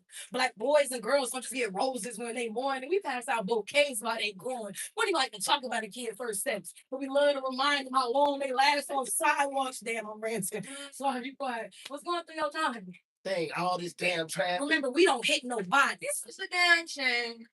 We headed to a poetry competition where we got to debate whether poems about eczema and resilience be socially permitted. Just because we choose to bag up the bodies without the assistance of a carcass. We're artists. Even if being the antithesis don't get us tens, we're trying to make the last 5 kids uncomfortable. Pray the spirit of the souls y'all utilize for scores, compete, and hauntingly. But we know how this game is won. Pieces penned by poets that never touched the obituaries of the bodies to speak on. I'm the guy who needed someone to say their name. As if their mother, brother, a goddamn dentist couldn't have kept their line all the same. I mean, I tried across the globe to tell y'all about a body the shape of Coke. So y'all didn't have to hear about another body riddled with holes. I've never been an ism Coke. My style of poetry be black Monday. What that mean? Translation. I think about shit that happens when I just so happen to be black. Well, from the perspective of the world I created, That is that. But turn the lights off and it's all smiles in this bitch. When the lights turn off the edges and we even better in this bitch. Black. With a dark scuba. What niggas When niggas that don't know you don't get slaps and claps and tags or for counting your death. Black in a world where police is slang for cheap rate. Black in a world for being black in a world of long and act of resistance already living. A world where it feels like my every decision needs to be contingent upon how to use my newfound freedom the best. I have the ability to create the life that I wanted between my fingertips. A privilege taken from those utilized in competition to make you feel different. I mean, I've seen boys paying proceeds off of names of people they never even met. And not a dollar was sent to the families for funeral debt. I just feel I wasn't afforded the privilege of being able to celebrate their life. Why would I choose to be rewarded for their death? This motherfucking ex here. Come on.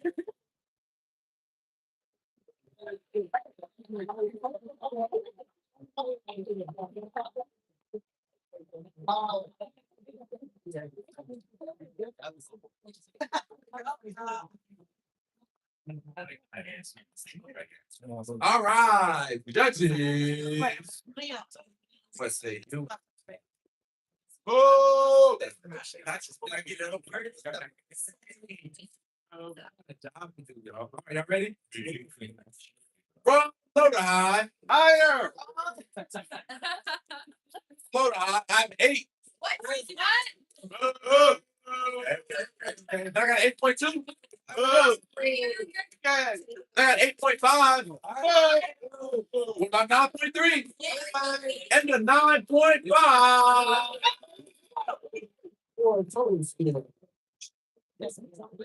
26.0. Clap for that poem. Clap for the poetry.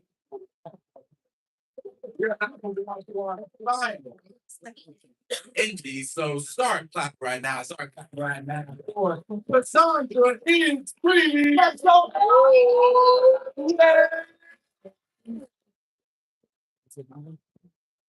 BA.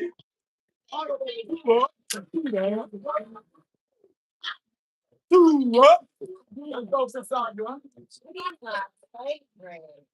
Whatever poem you're doing, it's my favorite. Let's go about it.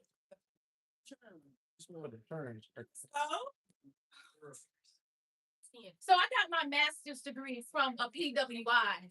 Okay. And I'm getting my doctorate from the same. But there are times where I'm ashamed to admit I'm attending a primarily white institute in a city called Lynchburg, school ironically named Liberty, because the freedom for me to do so imprisons my thoughts like, what if this makes me the black sheep of my family? So there are times where I've read my HBCU like my bachelor's degree is the only education I have now, granted. I only went to the white school because the degree was paid for. And the irony of me working for a free master's after my ancestors worked free for their masters did not go for my head. It's just crazy that I'm left feeling like a house nigger for wanting to get a high degree in my field, nigger. The guilt triggers, because it wasn't that long ago where blacks learning could get you lynched. Reading books get you burned alive. That they say educated Negroes are dangerous. And so I thought of my ancestors enrolled at the institution of slavery. No scholarships, just African scholarship on the slave where they get paid for fraternizing with whites, taught to write dissertations on the dissection of black families, forced to study new math where whole people only equal 3/5, and the only foreign language taught was English. There were nooses like encores, paid for room and board with blood, sweat, and loss of culture, multiple degrees of pain and agony, no cap, just a gown to be buried in when they pass. So when I passed across the stage to collect my freedom papers, I reminded myself that I'm still black as fuck Yeah. Educated. Went from girl in the hood to girl with the hood. Yeah. I'm still my ancestors' wildest dreams. And so these honors classes are in their honor. Wow. My 4.0 for 400 years. And so it's baptist over bondage, doctrine over disenfranchisement. And the only master in my life is me mastering these classes, regardless of the campus. So yes, I'm getting my degrees from a PWI in a city called Lynchburg, school ironically named Liberty, because my ancestors gave me the freedom to do so. So when I walk across campus, I sprinkle a little carbon, hydrogen, oxygen, and nitrogen. That's the formula for melanin. Wow. I learned that at the HBCU because the PWI would never. Say that. Yeah. In the words of one of our great Black philosophers, they're going to learn today. Right.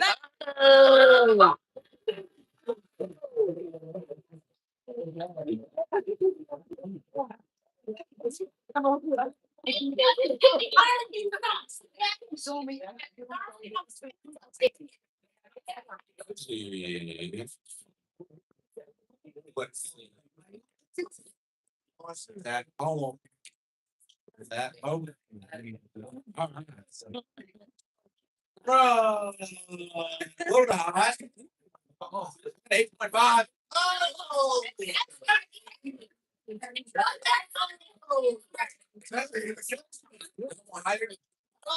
Higher. Y'all want higher? Yeah. Okay. Well, then we got a 9.6. We got 9.9. I think we got a 10.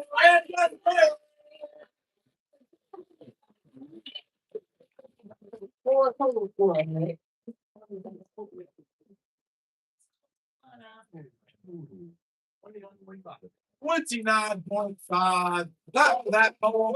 That poem. All right. We are here for the final round. Everybody say the final round. Final round. Final round. All right. Coming up first, we hear from Roadhouse. Who you sending up? Clap for yeah.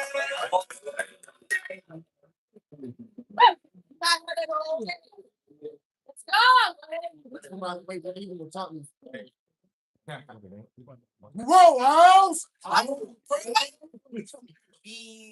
My favorite poet in the whole wide world. Yeah. take your moment now. I do too. Why? That's my time. Let's go about it. Respect the mic.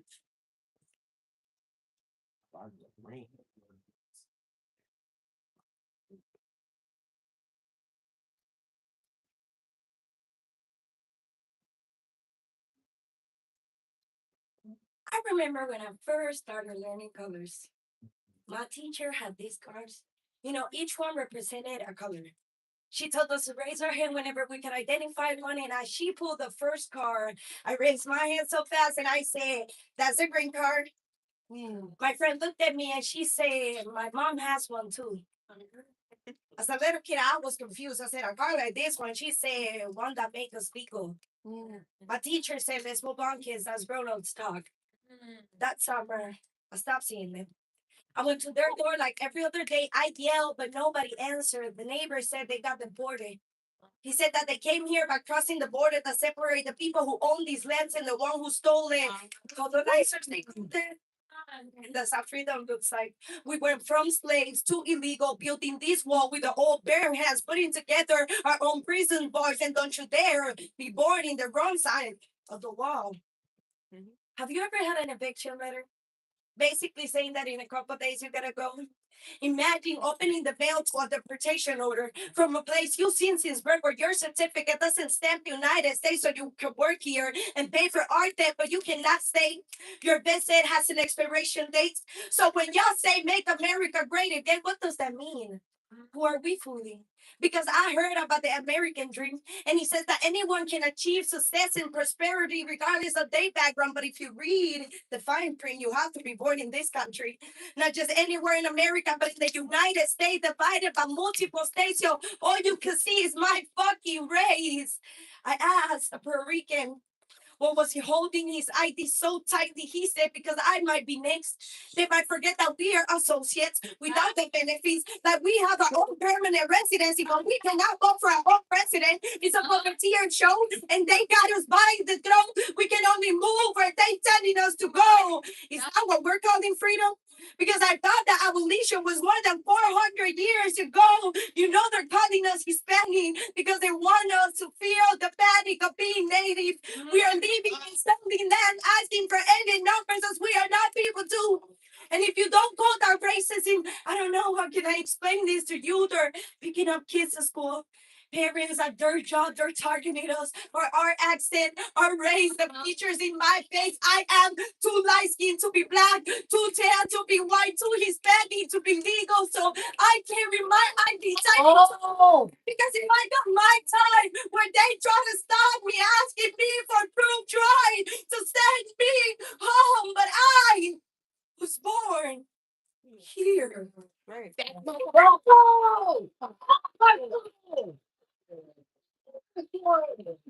how you drive him up with the cop. That's how you drive that goddamn cop. You understand me? That's how you drive that Let's see. Right? That was for me. Yeah.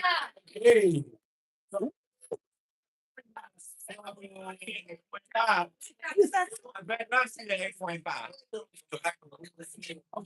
Don't hate immigrants. Yeah, right.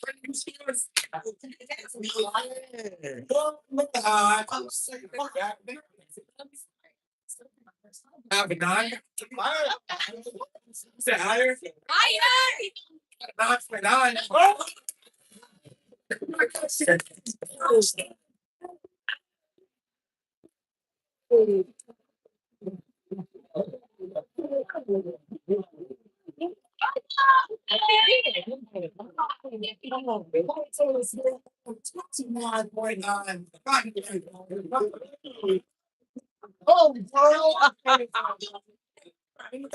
this. Double slap. Who are you sending up? Midnight. Dr. Midnight.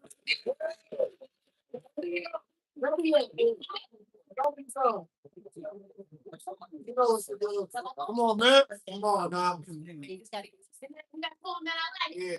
Go with the words. It's look. They are. My father was the worst photographer in the world. He tried to crop a headshot of my mom with a gun aimed at her face. He spoke the love of my mom through the barrel of a can. Funny thing is, guns and cameras are too much alike. No, seriously, guns and cameras are too much alike. You point, aim, shoot, they both fire. One keeps memories, the other takes them away. They ask, whack or bang, a 9mm or a 35. We don't depend on the subject as a point of target. Cops, officers are trained to use guns. They're quick to point and shoot. A lot of camera might be quick to point and refocus. Notice they both have the same ability to keep you framed. One behind glass, the other on wood. Interesting. Coffins and picture frames are made of glass, but mostly wood. At the age 5, I never understood. My father thought a gun should be used as a camera. Oh my God. Every time someone say cheats, all of this freeze, camera, lights, flash, fast forwards, 17. All I had to do is take this self-portrait at a 9mm to my temple. I tried to undevelop myself outside the dark room, my mother's room, non-existence. I thought I could stop this domestic violence, my absence, camera. As you can see, I survived. Lights, like a Polaroid being exposed to light. I'm still developing. Flash, 27, had the desire on taking a role of being a model. Funny thing is, to this day, I do not understand the difference between a camera or a gun. The closest thing to a weapon I own is a cell phone. I once flirted with suicide. Every time I took a selfie, what type of role model am I? Talking about the camera, I am another. Tell me, have you ever been in a photo shootout? Dr. T, over screens, flashing lights, give me flashback. I guess PTSD. My father put his hand on my mother. I had no camera. All I had was my toy gun. My toy gun had no bang. Why? Then my gun had no effect. I guess at the age 5, Photoshop is not invented yet. Guns and cameras are too much alike. They both keep you frozen animation. One on page, the other on pavement. They say a picture over 1,000 words. Tell me, what's a Polaroid say when it's undeveloped? It's hard to talk when the shutter's screen and close up. Grouping afraid of the dark eye, grouping afraid of the light. Despite the fact of a smile, as my father says cheese, Aldrich freeze. Not knowing if I'm posing for a friendly portrait on my own obituary. Let's go! Let's go, baby! Now that's a pole! Now that's a pole! Now that's how you run up home. Now that's the pole! Back. That's a motherfucking pole. If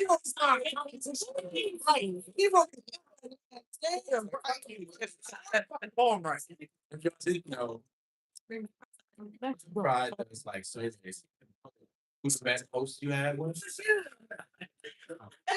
name is Dave Garwin. I'm the host, y'all. All right. From Rhode Island. Got down Nate. Oh, good!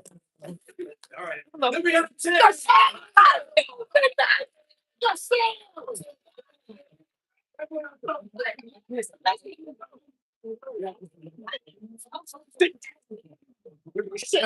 Yes! It's a party. Wow. Oh, that poet. Yeah. Yeah. Right there. Next up, Breaking Bad. Who you sending up? Gene! Dr. Gene! Breaking Bad!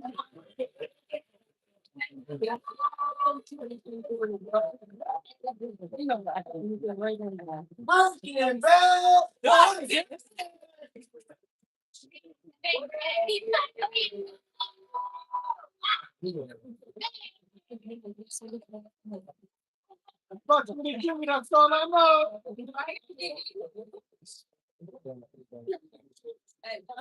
Ain't nothing but a cheap thing, baby.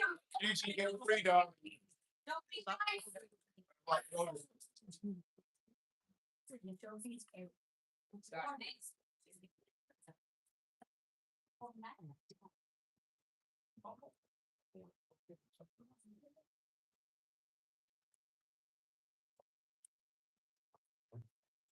Grief is a guilt trip and a motherfucker because I'm fucked up and I feel guilty every which way I turn. Guilty for wishing I was dead too. Guilty for wishing I would have died first, especially because I had so many chances to, and not dying then sometimes feels like the worst. I had the chance when I had the heart attack. I had the chance when I had the stroke. I had the chance when I passed the blood clot on the right side of my throat. I had the chance through 3 head-on collisions, 1 leaving me with a broken hip. I had the chance through 3 high-risk pregnancies. And even with the baby, they told me I shouldn't keep, and I didn't. Yes, my shoulder have a chip on it. Of course I feel guilty for being glad as hell that I didn't die, even though on the day he left, I damn near tried to go with him. Heart rate 176, blood pressure 166 over 122. Wow. Admitted on a stretcher right next to my son. And right then and there, I had to make the conscious decision on whether I was going to personally escort him myself to the gates of heaven or if I was going to stay for my other children. Wow. I stayed, and I'm glad because I'm still here for his siblings. I got my 4-year-old daughter, Azalea, because I just had 2 more babies. I got my 1-year-old son, Akoye, and Akina at that time, my 3-month-old daughter, because I'm still breastfeeding both of them. Wow. But I feel guilty for not being with all my kids. And I feel guilty because I don't know which death really is or would have been worse. And I feel guilty for even thinking about that. And I feel guilty for even being sad that people who love me are hurting because I'm hurting and I don't know how to stop. And I feel guilty because I know I have to stop because my son wouldn't want this for me. I feel guilty for being happy too, like Joy is cheating on Breeze. And I'm exhausted. I'm tired of crying. And I feel guilty for that too. Because what kind of mother gets tired of mourning her firstborn Snook? What kind of mother am I without my son? They say I have my other babies. And I do. I know I do. But they are new. And I knew my boy for 22 years. And I feel guilty for loving him the most. Not because I loved him any less, but because I loved him the longest. And now I got happiness and sadness fighting for my attention. And I feel guilty for betting on them both. After all, grief don't fight fair. I love my son so much. This grief, the despair is me paying for it. But if loving him this much means I gotta hurt this bad, then don't you dare feel sorry for me. It's okay when I'm not okay. This pain left scars. It sucks. It's sad. It's all evidence of the March Madness that got me bawling because from March 10th, 2004 to March 14th, 2026. Wow. My boy, I'm sorry, this existed. Wow.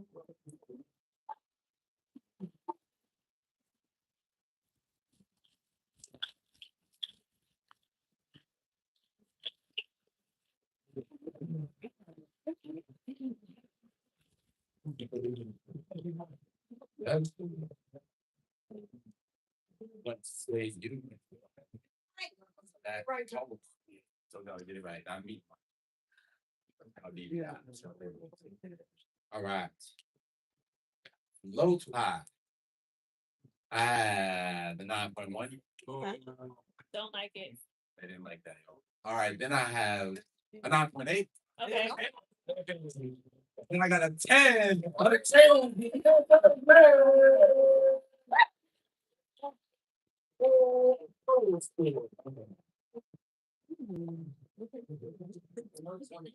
After a 1 point time penalty, you ruined it for everyone. But it was what? A 28.8 clap for the poet. Clap for the poet.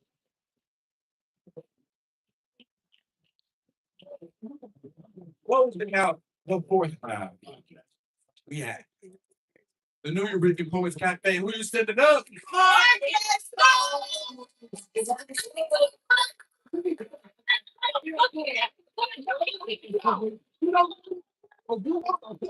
Yeah, you know what to do. Go, you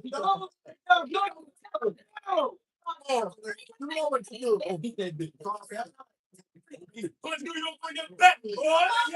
Yeah. Go, New York. Go, New York. Go. Go.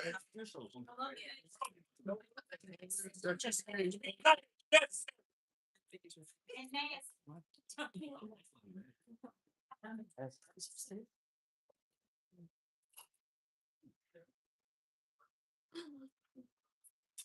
I won't fit this motherfucker drenched in the blood of a white man I never met. I never even heard of before his death, and yet somehow his blood is on my hands. It's funny how America can make a man matter, make a man martyr, no excuse or reason to racist. I never needed a reason before. It's funny. Ever since birth of a nation, we've been the ones with the postpartum depression. The corporation of USA's most prized possession. Speaking of, I don't know why Asada keep possessing my pen. I am not my ancestors. I'm not as strong as them. I'm not as ready for war as them. America has made me a bloody bed for me to rest on my laurels comfortably. And I think it's a Tempur-Pedic. I think the temperature's heated, reaching a boiling point. You know, Sonia Massey asked me what I've been asking for. Trayvon Martin was the first to ask me the question personally. And I've seen images of Emmett Till asking me the same thing in another lifetime. The question, you might have heard Felicia Cade say, what you niggas gonna do with all that time? Ain't that always the question? Ain't that always the motherfucking concern? I said, church, my feet stomped. Only Kirk we acknowledges, frankly. We at the church, we ain't going nowhere unless a roof we didn't raise walks in with rifle range.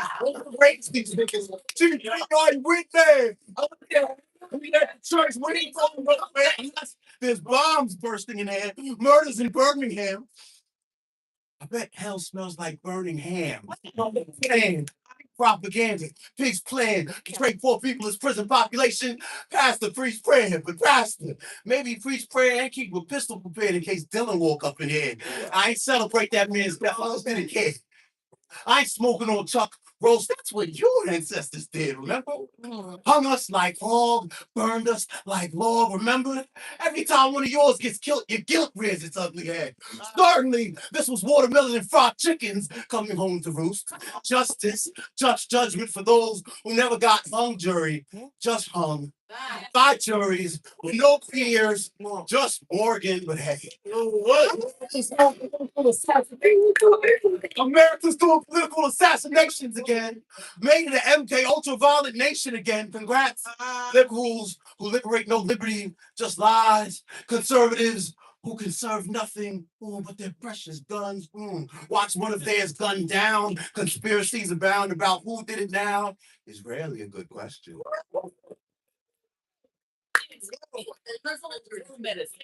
Even if I know who killed Charlie, I just know they wasn't playing.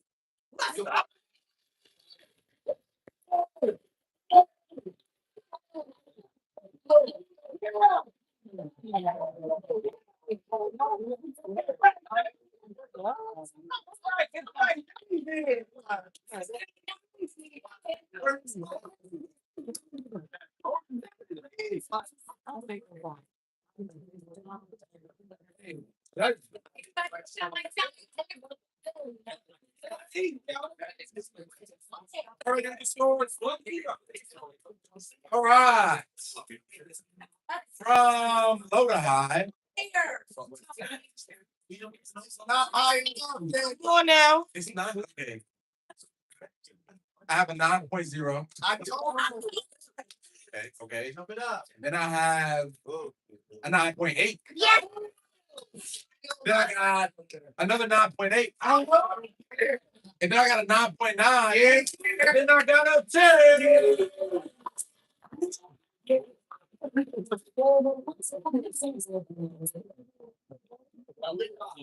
29.5.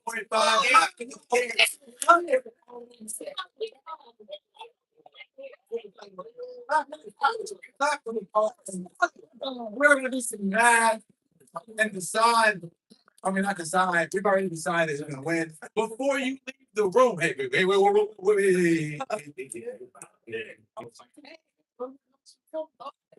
leave the room, two things. First, please clean up after yourself. If you have trash bombs, please pick it up. This hotel has been super kind to us, so please make sure we are kind to them. All right. Pick up y'all shit, man.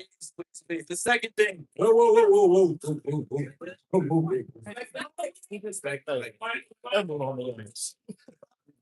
Before you leave,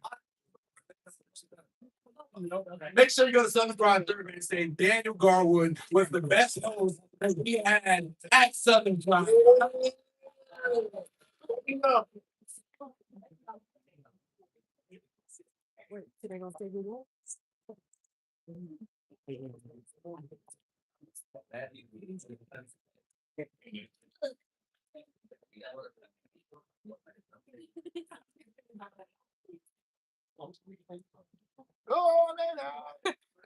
Go lay down.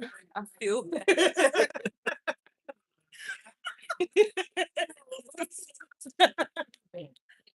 I have no idea.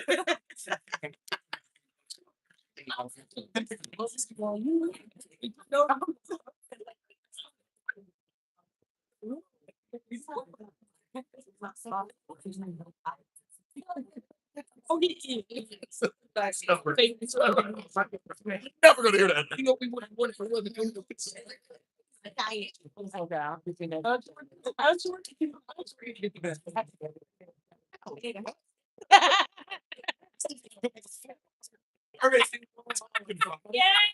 Yeah.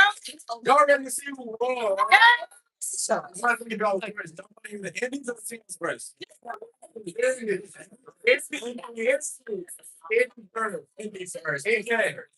In fourth place with a 26.1. Start clock right now. Start clock right now. Forward. Son.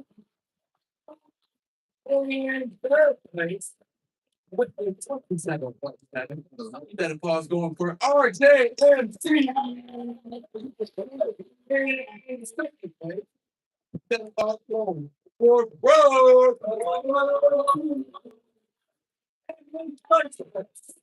With a 29.5. We have Cassandra.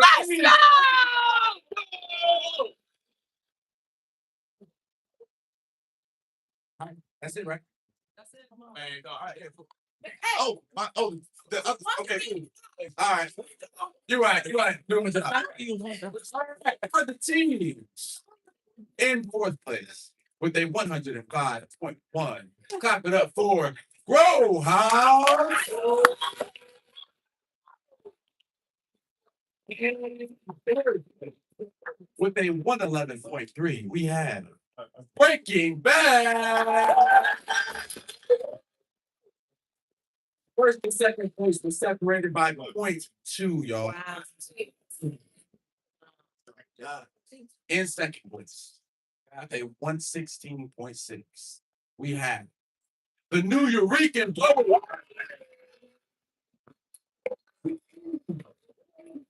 Hey,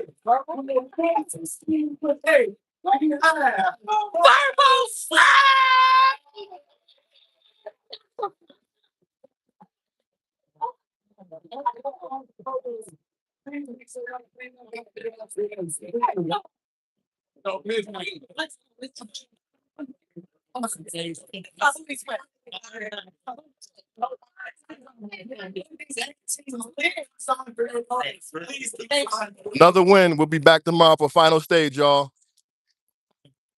We got another one.